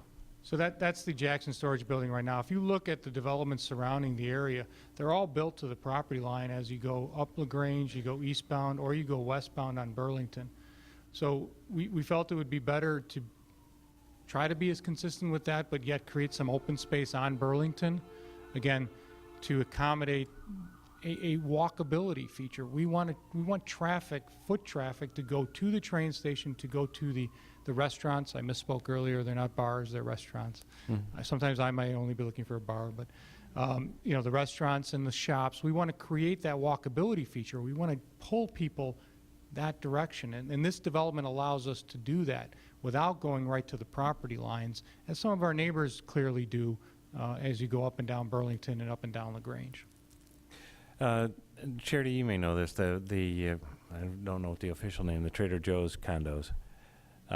Those are 7 stories of residential, correct? And then as Ogden falls off, it's even taller from the Ogden right-of-way. Yeah, I have the building height. That's 1 North Beacon. Okay. The building height is 73 feet. And that's probably measured in the front. And I guess that would be the other question. When a site falls off, where do you measure it? I could correct me if I'm wrong, Heather, but I believe we average all of the street-facing elevations. Okay, so you're actually, if the front is 60, would you say the front is? 7th Avenue 63, 6th Avenue is 53, so if you average it, we're 50. 50 feet, okay. 58. And do we know what's the height of the condo immediately to the south? 11 South 6th? Yeah. Approximately 40 feet. 40 feet. So you're 10. About 13 feet taller, yeah. Okay. All right, great, thank you. One thing I did want to point out, too, I'm sorry to interrupt. Go ahead. Village President. The minimum on Uptown, by the way, by code, was 850 square feet per unit, and it went down to 610.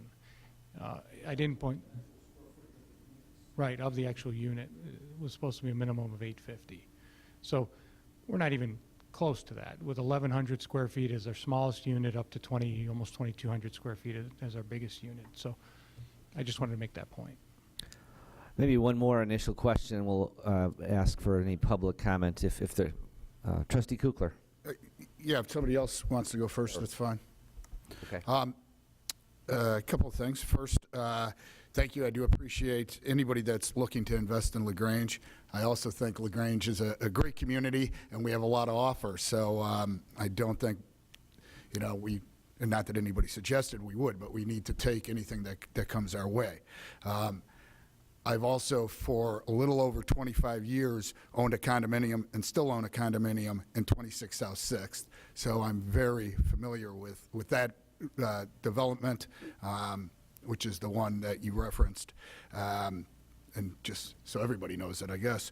I agree that the comprehensive plan calls for a development similar to this, or maybe a mixed-use building. I do agree that it's viable.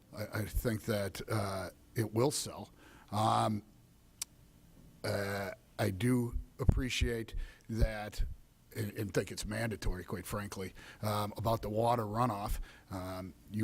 That's not optional. It's not a gift. It's a requirement, and it's an improvement. But anything that goes in there is going to be an improvement. For this public plaza area, how is it going to be advertised that it's open to the public?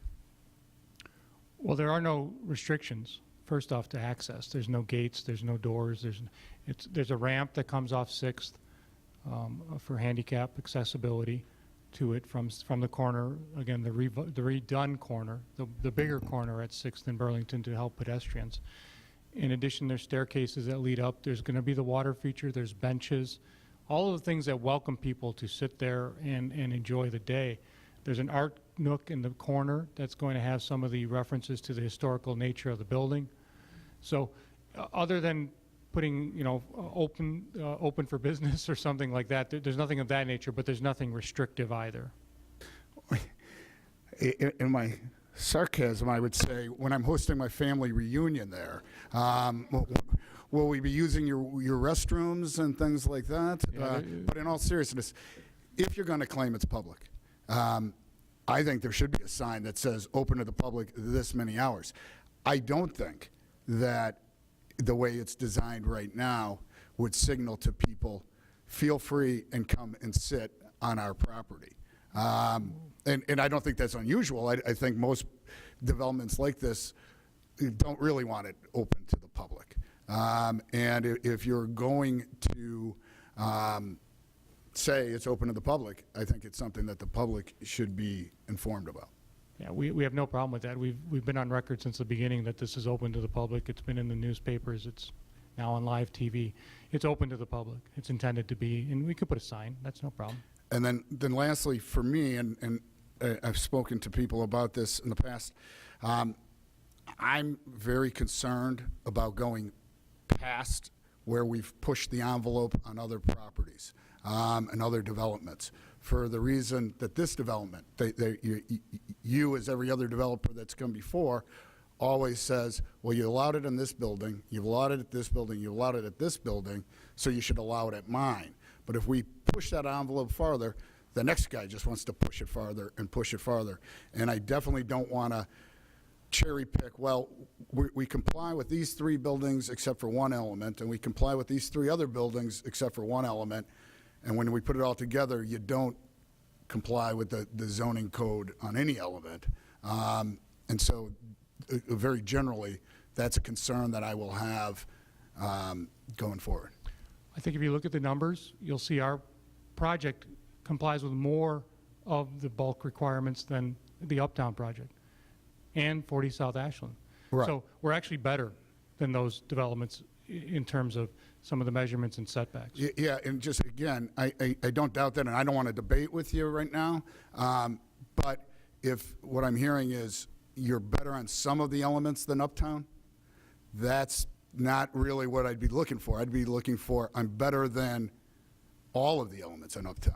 I think we are. Or something along those idea. I don't want that where my concern is, again, generally, is you hit some of you surpass Uptown in some areas because, you know, they were given things, but you don't in others, and you're pushing it past anybody else.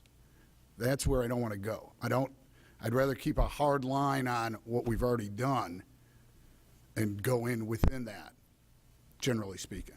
Yeah, and I don't think we've surpassed Uptown's changes, or the requested changes. Good. The thing that Uptown had as an advantage in this situation is they were C3, and they were zoned like that. So a lot of these bulk requirements kind of went, maybe they were discussed. I wasn't there. I don't want to speak out of turn. But they didn't make it to the record in any way, shape, or form. So. Why don't we take this time, thank you, trustees, thank you, Vince, to open it up for public comment, and then after that, we can have other trustee direction and feedback. Are there comments from the public on the presentation? Please.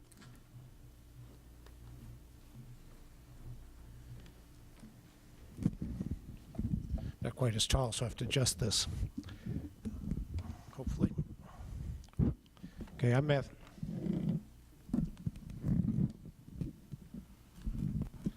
Matthew Klein. I represent the 11 South 6th Street condominium property.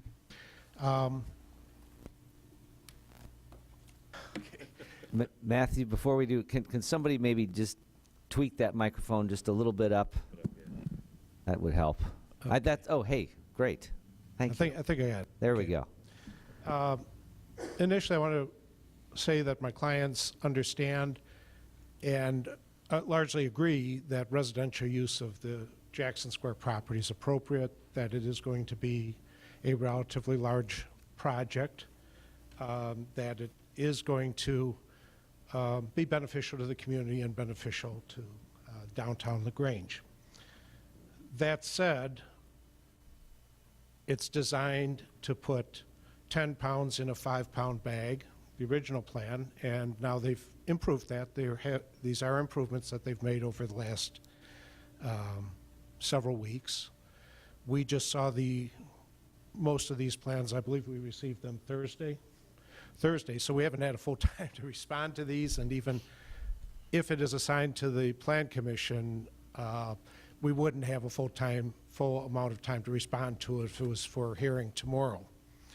That said, I do have some comments on it, and first of all, in responding to a couple of things that Council said in relation to the parking under the building. There are several buildings in LaGrange that are designed in conformance with your codes and in conformance with your plan development requirements, many of which resulted in what the current plan consists of, or current code consists of.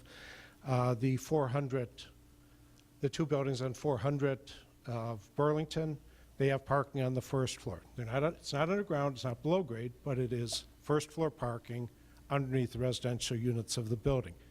And went in with I think that building probably was where a lot of the requirements of the code came from as far as density that would be allowed in the plan development. The 40 Ashland building also is a new building that was part of a village site where the village put that out to bid, and that resulted in parking on the first floor under the building. So unlike Council saying and comparing with outdoor parking, that's kind of a side issue. My client's biggest concern about the project adjacent to them is that it's going to be a very large excavation very close to a 100-year-old building. And we don't know what the condition of the foundation of it is. When you're building 5, 10, 6 feet from a lot line against a building that's 5 feet, there's an issue there, and it takes a great deal of concern by a developer or builder in the excavation not to damage the existing building. Their plan asks for a rather large deviation from your ordinance. Your code, the R7 code, suggests that the rear lot line should be 20 feet. They came to 0, they came to 5, now they're maybe 10 feet from there. There should be as great a space between those buildings as can be provided, and that's what we would be suggesting. The front yard on the building towards 6th Street, and there's fronts to 6th and 7th Street. Planning for that building would suggest that about 15 foot from the property line that the 11 South 6th Street building sets would be an appropriate setback, not almost all the way to the sidewalk. I think they're at 0 feet on the setback and that side as you go farther towards the tracks on 6th Street. If you set it back, you'll have a much more appealing streetscape coming down 6th Street where the law office is and where the building is, where the parking lot for the Jackson building is now as you get to the 11th South building. As far as parking, we have 83 spots proposed, but 28 of those really, actually 56 of those are tandem spaces. And when you have the market that they're seeking to provide units for, they're talking 1,100 square foot units to 2,200 square foot units. Those are going to be very large, very expensive condominium units, a good thing, but those are people that are likely to have 2 cars. They are likely to be people who make trips with both those cars in the afternoon, at night, and when you're juggling tandem spaces for 28 of those units, that's going to be a very difficult operation. Reason they need those tandem spaces, because they've got the number of units. The number of units they're proposing 50.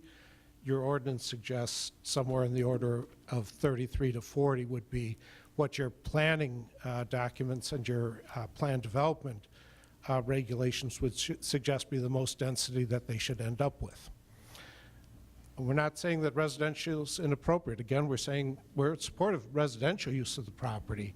Just when you put as many residential units in, even large ones, especially large ones, you require the parking, and the way they've laid out the parking with tandem spaces is not effective parking for the number of units and the size and quality of units that they're proposing.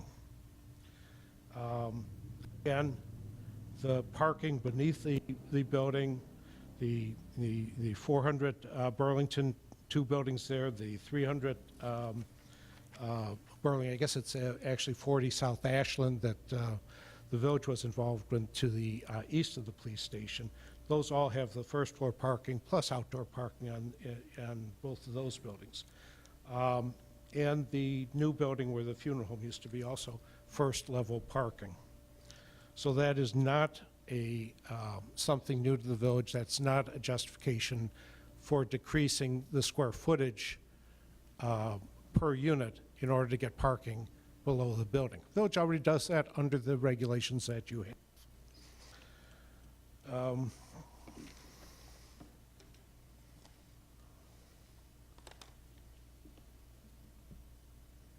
Yeah, I understand the developer's goal. I understand that their goal is to make as much money from the project as they can. That's capitalism. That's our system. That's fine. But they shouldn't be doing it in a way that harms other people. They should abide by the village requirements. There isn't the necessity of changing the village requirements, particularly as far as the square footage of land per unit to accommodate their desires. There isn't the necessity of allowing tandem parking, which is an ineffective parking space on the number of spaces that they're providing in order to provide the number of units. Whether they do the very large units they're proposing or smaller units, I mean, that's their choice. But if they have fewer units, they need fewer parking spaces, they have less impact on setbacks, they have less pressure on the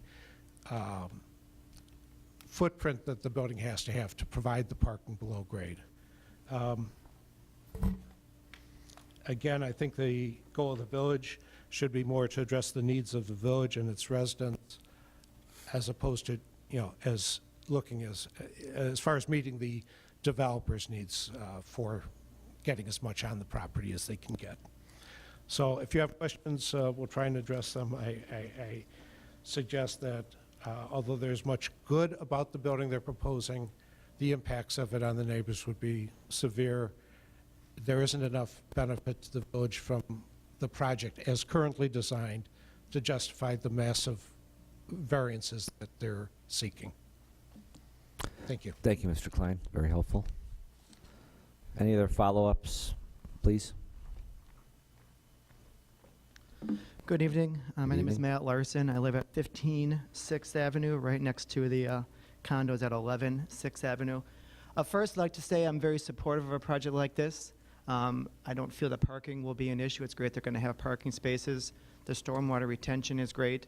And back to the parking, being so close to Metro, I would expect most of those people will be taking the train. The bigger issue in this area are people cutting through off Ogden and going down 6th Avenue to avoid making a left-hand turn onto LaGrange. That is, in my mind, a bigger safety issue. I have two basically concerns. One, the building just seems too large for the area. First, I would recommend or would like to see the building height similar to the buildings right next to it and not compared to other buildings around town. Beacon Place and Uptown are kind of off on their own, while this building is right next to existing structures. So I would recommend having this structure be about the same height as the structure right next to it. And secondly, the setbacks. As was previously mentioned, it would be great to see the setbacks, especially on the south side, increased. Right now, as you can see from the pictures, they're butted up very close to each other. So it'd be great if the setbacks on the south side could be increased. And finally, this type of development is what LaGrange needs. It supports the business district, encourages public transit using Metro. So in summary, I'd like to see this project move forward, but at just a slightly smaller scale. Thanks. Thank you, Mr. Larson. Other comments? Nancy? Good evening, everyone. My name is Nancy Cummings, and I'm representing the interests of the 300 independent and locally owned businesses and organizations in our community, which are members of the LaGrange Business Association. I'm expressing our support for the condominium redevelopment project at 112 East Burlington. Small businesses and entrepreneurs drive the economic growth of LaGrange, and the Village Board of Trustees and the leadership team have been diligent in working to create a downtown that combines culture, street life, and walkability. The success of our local, small, and independent businesses is very much tied to the surrounding community and the people who live here. Nationally, regionally, and locally, communities are scrambling with the challenges presented by the new realities of online retail. LaGrange isn't immune to this pressure, and in this age of e-commerce and two-day delivery, small and independent businesses are searching for every advantage to weather the storm. Surrounding communities are also working hard to create vibrant downtowns that emulate the urban appeal that LaGrange currently has. New restaurants, retailers, and attractions are locating to neighboring downtowns in Western Springs, Hinsdale, Clarendon Hills, Brookfield, and more, along with the condominium and housing developments that support them. Creating a project which adds people with a unique and welcoming property like this one will help LaGrange maintain a stronger and more competitive downtown. We're not qualified to assess the historical value of the existing property, nor assess the proposed design and construction of any new development. However, the LGBA is qualified to stress how critical it is to our local businesses in adding quality residences at the gateway to LaGrange. Downtown LaGrange has been consistently highlighted as one of the key assets for community residents. In various surveys and initiatives, this new condominium development, just steps from LaGrange Road, will result in the 50 new units with residents that will spend money, shop and dine in our area, and support our local businesses. This development, which is a significant new investment in our community, will provide more tax revenue to the village, aesthetically improve the present site, and bring more customers to LaGrange's small businesses that struggle every day and every night to compete with e-commerce and big box stores. This project will help downtown LaGrange remain viable and vibrant, and it will strengthen our business community. While we understand that no development will be a perfect project and that developments always come with some drawbacks, we feel the overall benefits of this project outweigh any adverse impact and is essential to LaGrange. So thank you for this chance to voice our opinion. Thank you, Nancy. Any other? Oh. Hey, guys. Hi, welcome. Thank you. Joan Smothers. I just have a couple of comments, and I may have misunderstood. I'm sorry, was it Mr. Klein? Klein. Oh, Matt. Hi. Did you say 40 Ashland has outside parking?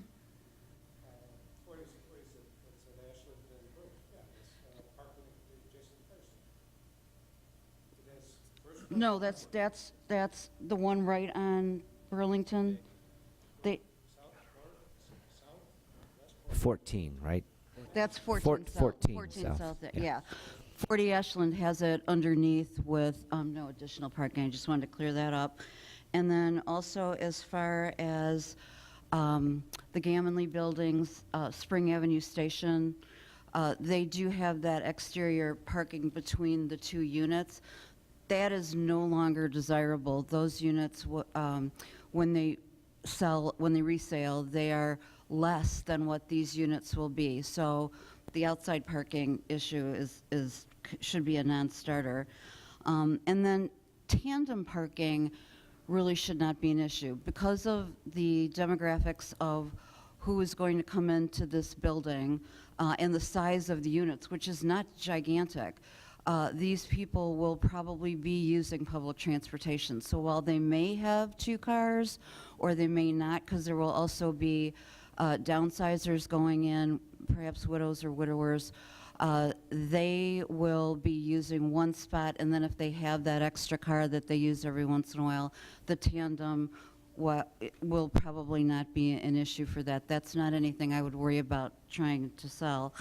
And then the other thing I just wanted to point out, which I think is really important, is the money that comes into the village for schools from a development like this with no impact or virtually no impact on the schools. Again, these are not gigantic units. These are not going to be families who are living in these. These are going to be younger people coming in from the city who are either single or maybe just starting to be married and to have their families, and then as they have children, they will move out of there, and downsizers whose kids are older and who may just come back for a holiday here and there. So I would guess that there probably won't be more than 5 kids in that whole building that would be impacting on the school. So that's it. Thank you, Joan. Thanks. Very helpful.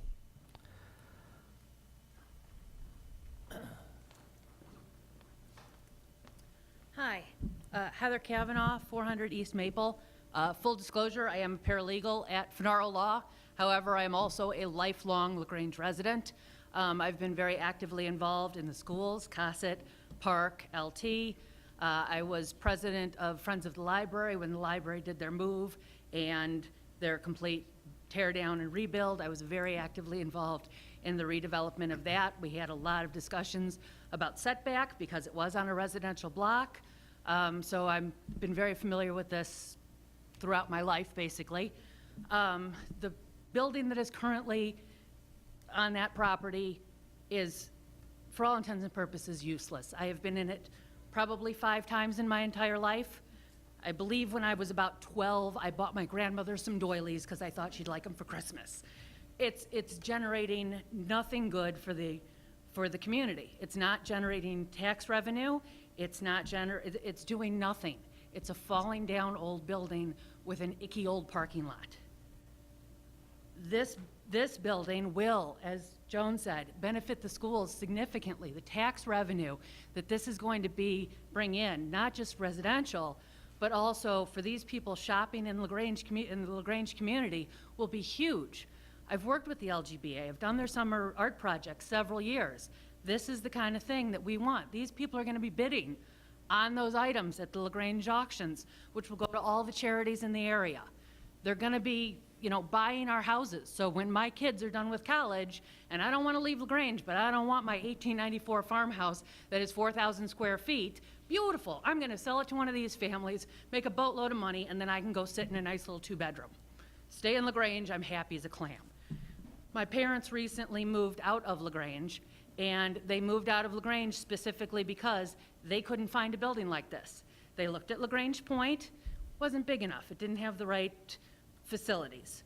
Uptown wasn't there at the time. This was 5 years ago. So Uptown wasn't there. They looked at Plymouth Place because they were retirees, but they don't want to have dinner at 4 o'clock in the afternoon. They're not that old. So those things didn't work for them. So they had to move out of LaGrange.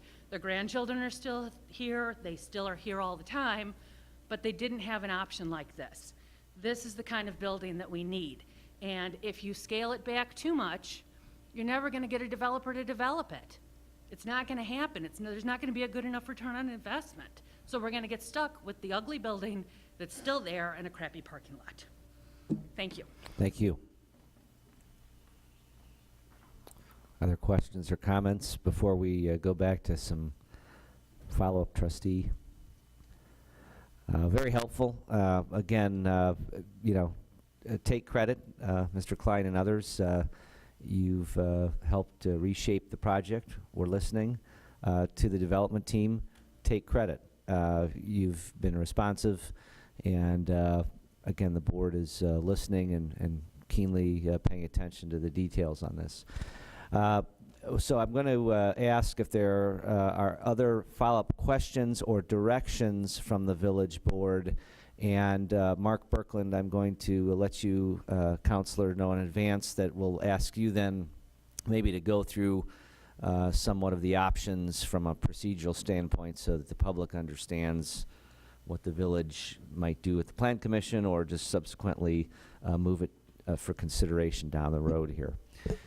So let's re-engage. And we also have communicated, heard from different residents. We have a letter here this evening from Jeremy Justice and others that we read every letter we get. We see you at the grocery store. We talk. So thank you for that. And nothing goes unobserved. So with that, let's re-engage here with the board for a few more questions before I ask Mark to guide us. Trustee Gale, start off again. Thanks, President Livingston. I just had some comments, I think more for the rest of the board and for the petitioners as well. I like the project. I support it. I agree with all the general overviews of the need for density, adding people to the village. I think overall, sort of echoing, before I forget, Trustee Kukler's comments about maybe you hit some of the points of the square footage per unit or lot coverage or lot lines, but wherever you've gone over, then the next petitioner is going to want to go over on that, plus the other square foot per unit where you didn't, maybe you're less than, or maybe you're better than others, but then they're going to want the lower one, and they're going to want the bigger lot coverage or the bigger building coverage. And so that's a concern for us because it's consistency, because we're not just listening to you. When you come up, we're going to have residents that come up and they want a little bigger garage for their house. And so we need to consider that as well when we say to them, no. We need to be sure we're similarly applying at least the same sort of consistency we can to you too, recognizing development versus single family homes. But in the spirit of consistency, the thing that concerns me about the project is its size. I think, building coverage, lot line, units per square foot, or as you guys called it, the MLA, I think that's all resolved if the building just is smaller. You've got a lot of a certain size, and you're trying to put a pretty substantial building on it. And one of the examples I looked at 14 South Ashland. That's why I asked the question about it in that corridor too. If you go look at that building, I think it's 1, maybe even 2 stories taller than yours, but it's got parking around it. Not that you want to put the parking outside, but the parking adds space, and you don't recognize how significant that building is. And then its building coverage is, I think, like in the 50% or 55% range, and it's that space and that size that makes it not as imposing, and that's what concerns me about this particular development. And then second of all, and I think we'll get to that with Mark, I'm concerned about the process as well, the fact that the Plan Commission voted it down, and then second of all, we've had multiple changes to it since then, including the potential removal of the annex. It strikes me as something that at least I do, I rely on the plan commissioners and their expertise, because this is all they do is look at, different developments and different building, the different building changes and zoning changes. I think we would benefit from them having another look at it as well. But those are my thoughts. I wanted to share them with the board and with the petitioners. Okay, and so just a summation then, thank you, Trustee Gale. To the extent you can address the comparisons in terms of the overages versus the compliance aspect compared to other projects. I'm hearing that. I would guess that would be a vote then for sending it back to the Plan Commission as opposed to just tabling it for the village board. So we'll have that discussion in a moment. And the general size things that you heard from Trustee Gale. So I'll try to look both ways here. Oh. No, it's just, we're going to go down in order, but Okay, well. however you want to do it. Let's go back and forth. Okay, go ahead, Trustee Kukler. Doesn't matter to me. Okay. I do want to start by thanking again the lawyers from both sides that gave presentations, or both interested parties, the residents that came out. Thank you, as well as Nancy and the LGBA and Sue for coming out and giving their perspectives. It's very helpful to us. I have 4 kind of areas that I wanted to touch on. One is the tandem parking. I thought from years ago when the YMCA project was first put up for sale and Atlantic was proposing to buy it, that there was an issue with tandem parking. And I'm not sure, is there an issue with tandem parking? Is tandem parking sometimes considered and allowed and sometimes not? Where are we on tandem parking? So tandem parking as a parking arrangement is not one of the specified parking configurations within our zoning code. That's why it's called out specifically as something that's a bit different, that's a configuration that the applicant is using to count towards the total amount of parking being provided on the property. I'm not familiar with the history on the YMCA site and what concerns there may have been with tandem parking there. I guess, Charity, are you saying with tandem parking, we do count it as 2 spots, or are we counting it as 1 spot? The zoning code doesn't consider tandem parking as a parking configuration. It has parallel and 90-degree head-in parking and 45-degree angled parking. It doesn't address it doesn't recognize tandem parking as a parking configuration. Principally, I would think because our zoning code parking regulations are written to address the most common circumstances, which are commercial properties, surface parking lots where people are needing to move in and out of spaces. Well, if we counted a tandem spot as a 1 spot, would they have any parking issues? So they with the would number of not units? meet the minimum 1.5 parking spaces per unit if the tandem spaces were considered 1 space instead of 2. Okay. Have we ever considered tandem parking as 2 spots to allow a developer to get to their 1.5 spots per unit? I don't know that answer offhand. I'm sorry. Okay. That's just something that's a concern of mine. If I do remember it, I thought with Atlantic we counted it as 1 spot for that reason, but that's something that can be addressed. My next issue is with it being 50 units, that 0.66 of public land would be, the developer would be donating that to the village. I do not consider that public area the public land that would be donated any more than the Masonic calling their streets, which are privately owned public land, that were donated. And that, in the Masonic property, they gave a fee in lieu of land. I'd be looking for the developer here to be giving a fee in lieu of land or buying a development and giving land to the village. They're making it available for the public.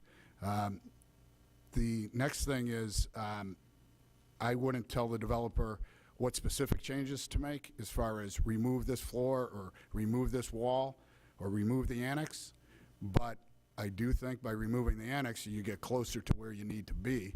And I'm not the person to speak really of this. The annex doesn't do a whole lot for me. So if you're wondering where to go on that, I'm just looking at the numbers, the percentages and things like that. And then lastly, I'm also in favor of it going back to the Plan Commission.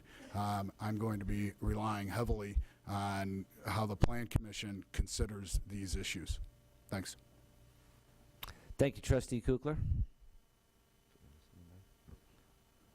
Trustee Holder.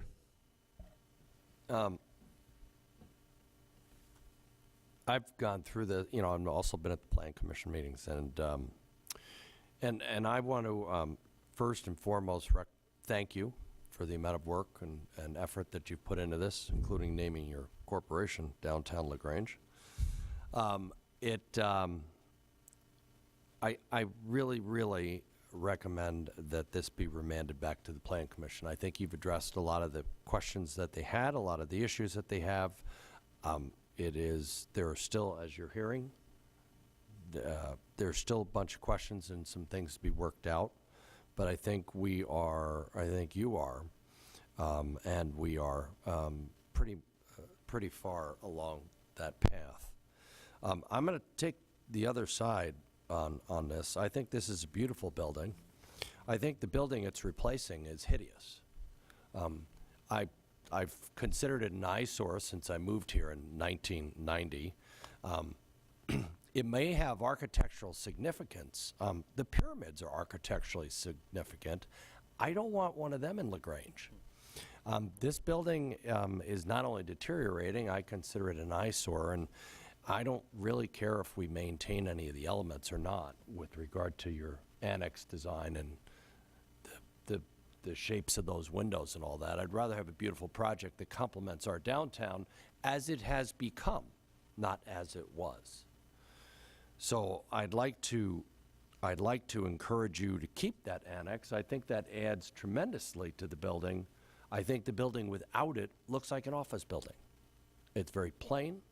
It's a dramatic improvement, but I think it's very plain. I think this has a great deal more character and adds a great deal more to what you're talking about as a gateway to LaGrange. I do like the sizes of these units.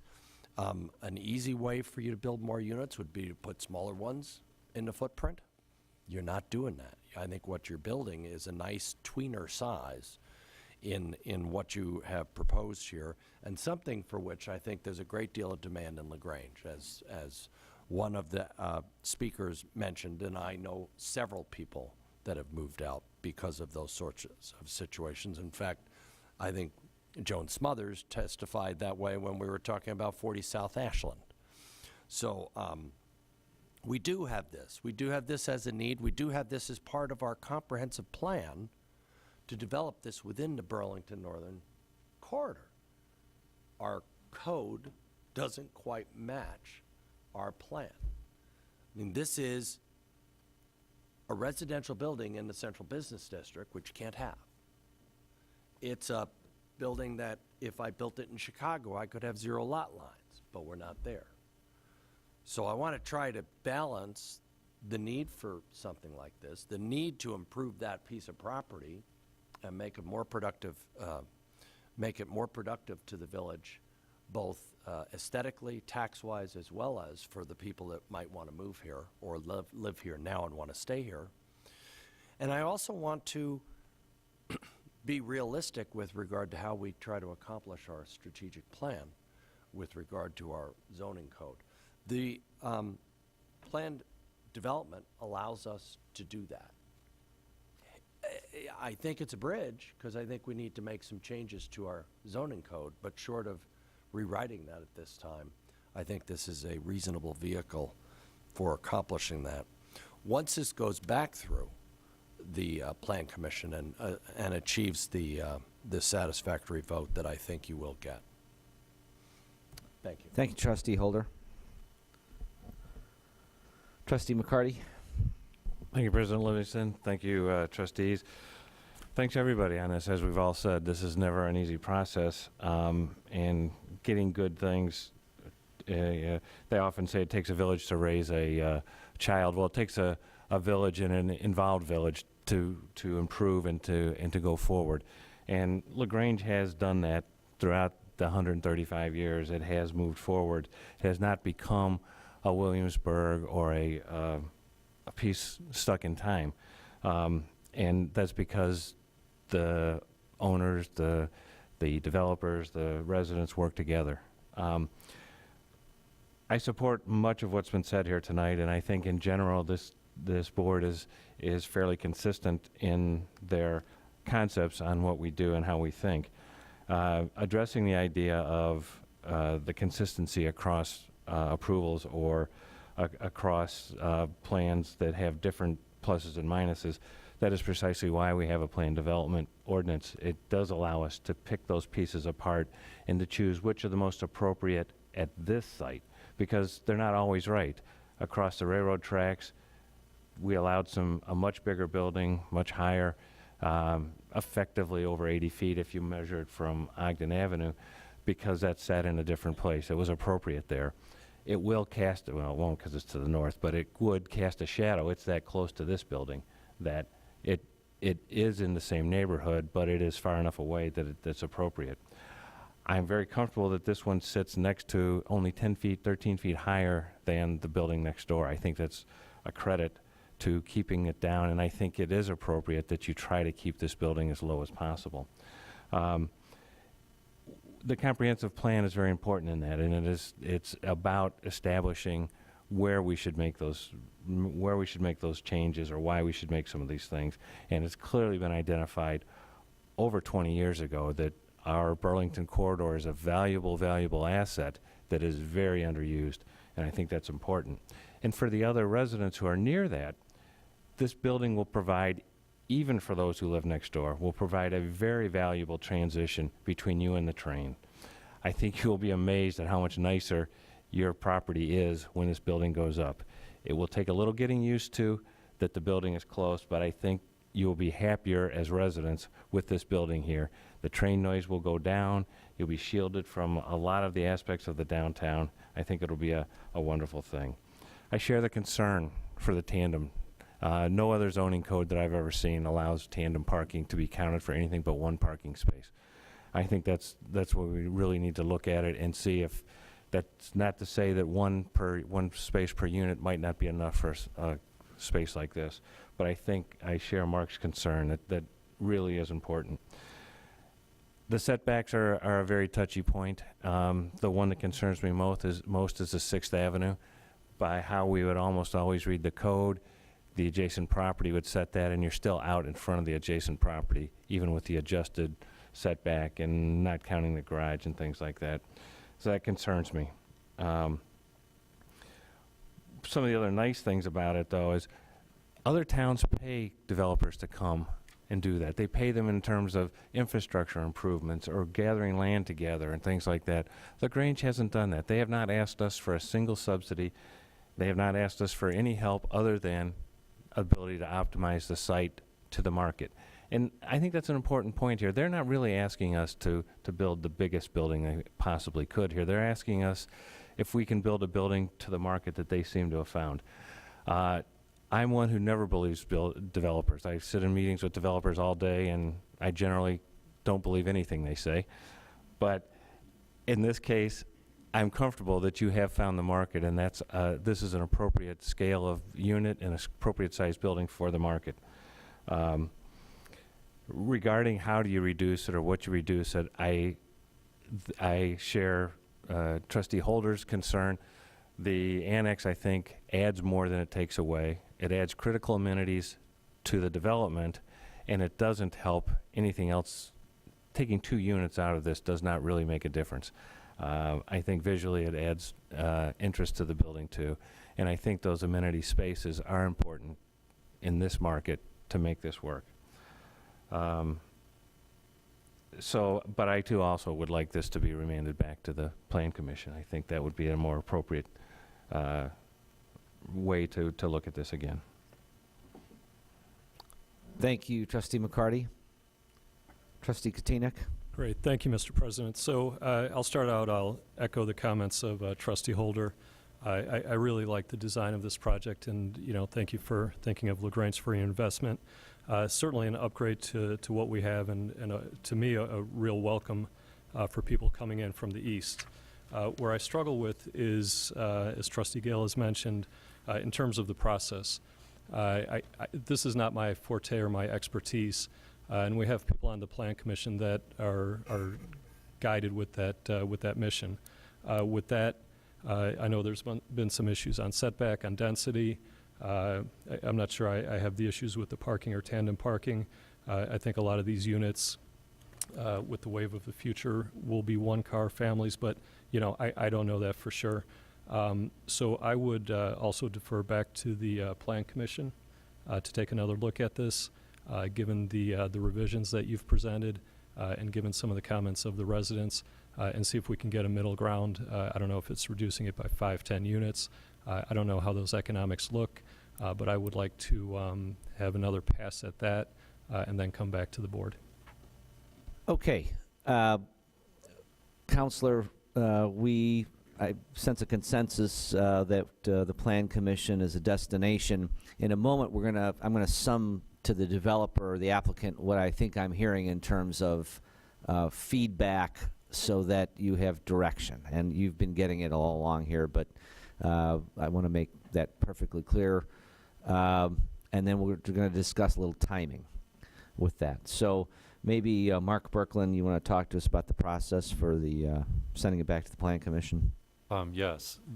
The Board of Trustees does have broad discretion as to make a decision how to proceed with this application, because the project has changed, physically changed, and the board does have the authority to refer it back to the application back to the Plan Commission for reconsideration or additional consideration in anticipation of the possibility of sending it back to the Plan Commission. The village staff has noticed up a meeting for tomorrow on this.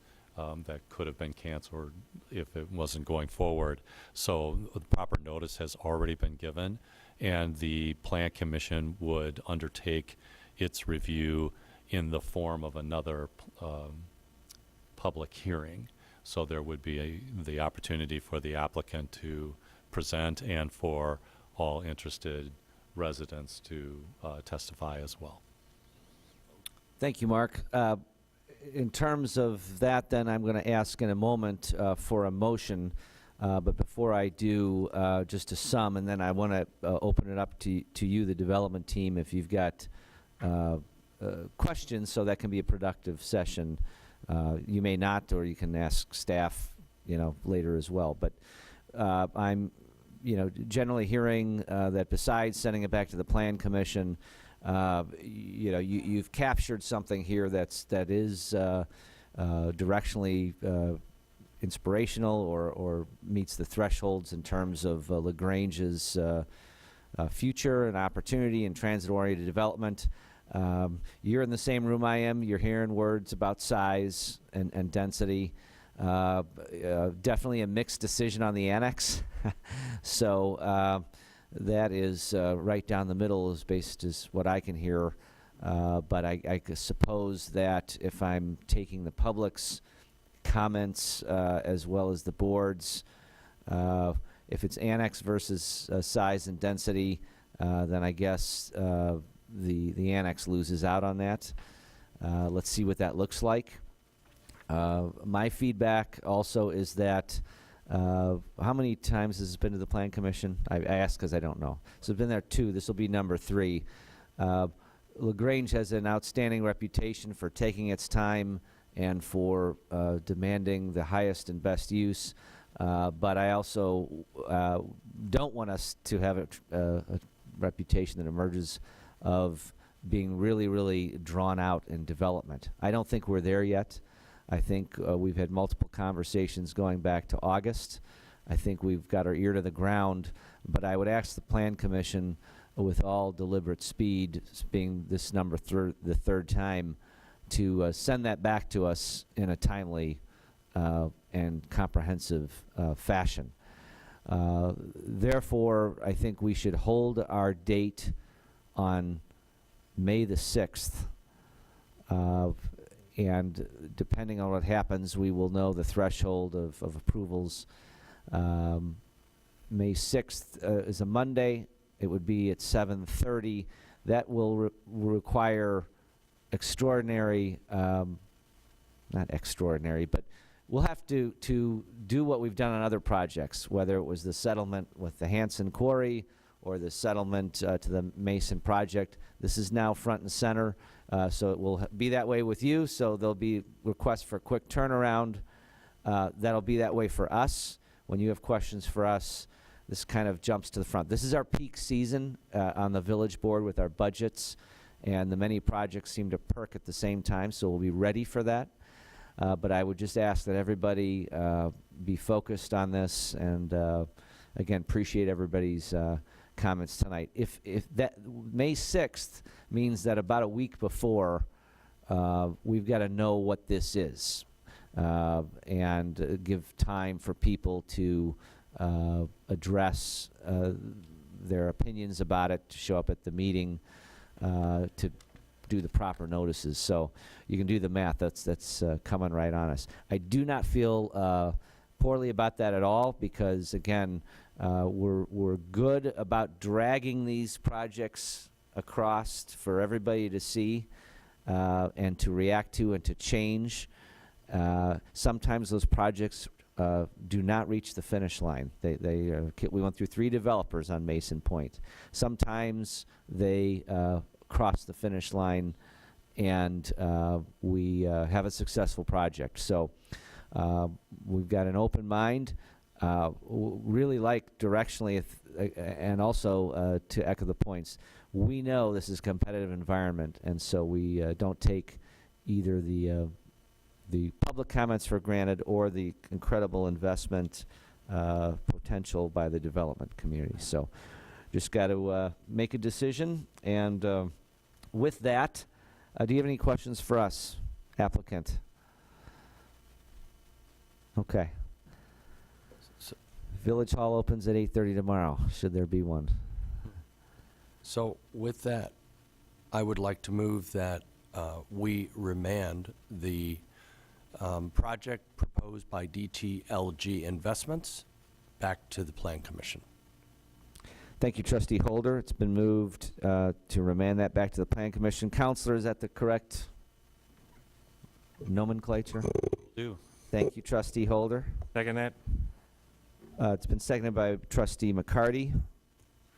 And Mr. Counselor, is this a voice vote, or is this a voice is fine? Okay. Any questions on the motion? Seeing none, all those in favor, please say aye. Aye. Any opposed? Therefore, this is remanded back to the Plan Commission and will be considered on April 9th, and we will be very tuned in terms of our schedule, or public or transparent as to when we take this up appropriately at the village board level. Again, appreciate everybody's time on that, and we're local, so if there's things that come up in the meantime, we are here. With that, I would ask if there are any public comments regarding matters that are not on our agenda this evening. Seeing none, trustee comments. Any trustee comments this evening? Real quick. Trustee Gale. Thank you, President Livingston. I always jump in with my questions. I just want to thank everybody from DTLG for coming, all the residents that came out and spoke to. Appreciate all your time and coming out and giving us your thoughts. So thanks. Thank you, Trustee Gale. Trustee Kukler? On the same project, I did want to clarify, I hope I said that I'm not directing you one way or the other on the annex. I am persuaded by Trustee McCarty saying that the annex, especially the common areas, are a good feature. I would support that. My concerns really are on hitting those numbers, though, and I would love you to keep the annex, but reduce the units if that's possible, or something along that route. But I'll leave it to you guys. Thank you, Trustee Kukler. Other questions? Trustee Holder. I wanted to reiterate our thanks to the folks that gave us input on the budget and the 5-year plan. Some folks worked pretty hard on that, and love to see people in the community take an interest in that and poke and make sure that everything is being thought of that can be thought of. So thank you, Tim Shelton, for your comments particularly, and for everybody else that participated. And of course to staff who does their fantastic job, and that's why we keep getting those wonderful awards, Lou. Thank you. Thank you, Trustee Holder. All right. Seems like there are no other trustee comments. We have no matters for closed session this evening. Therefore, I would seek a motion to adjourn. So moved. Second. It's been moved and seconded for adjournment. All those in favor, please say aye. Aye. Any opposed? We are adjourned until April the 22nd, 7:30. Thank you.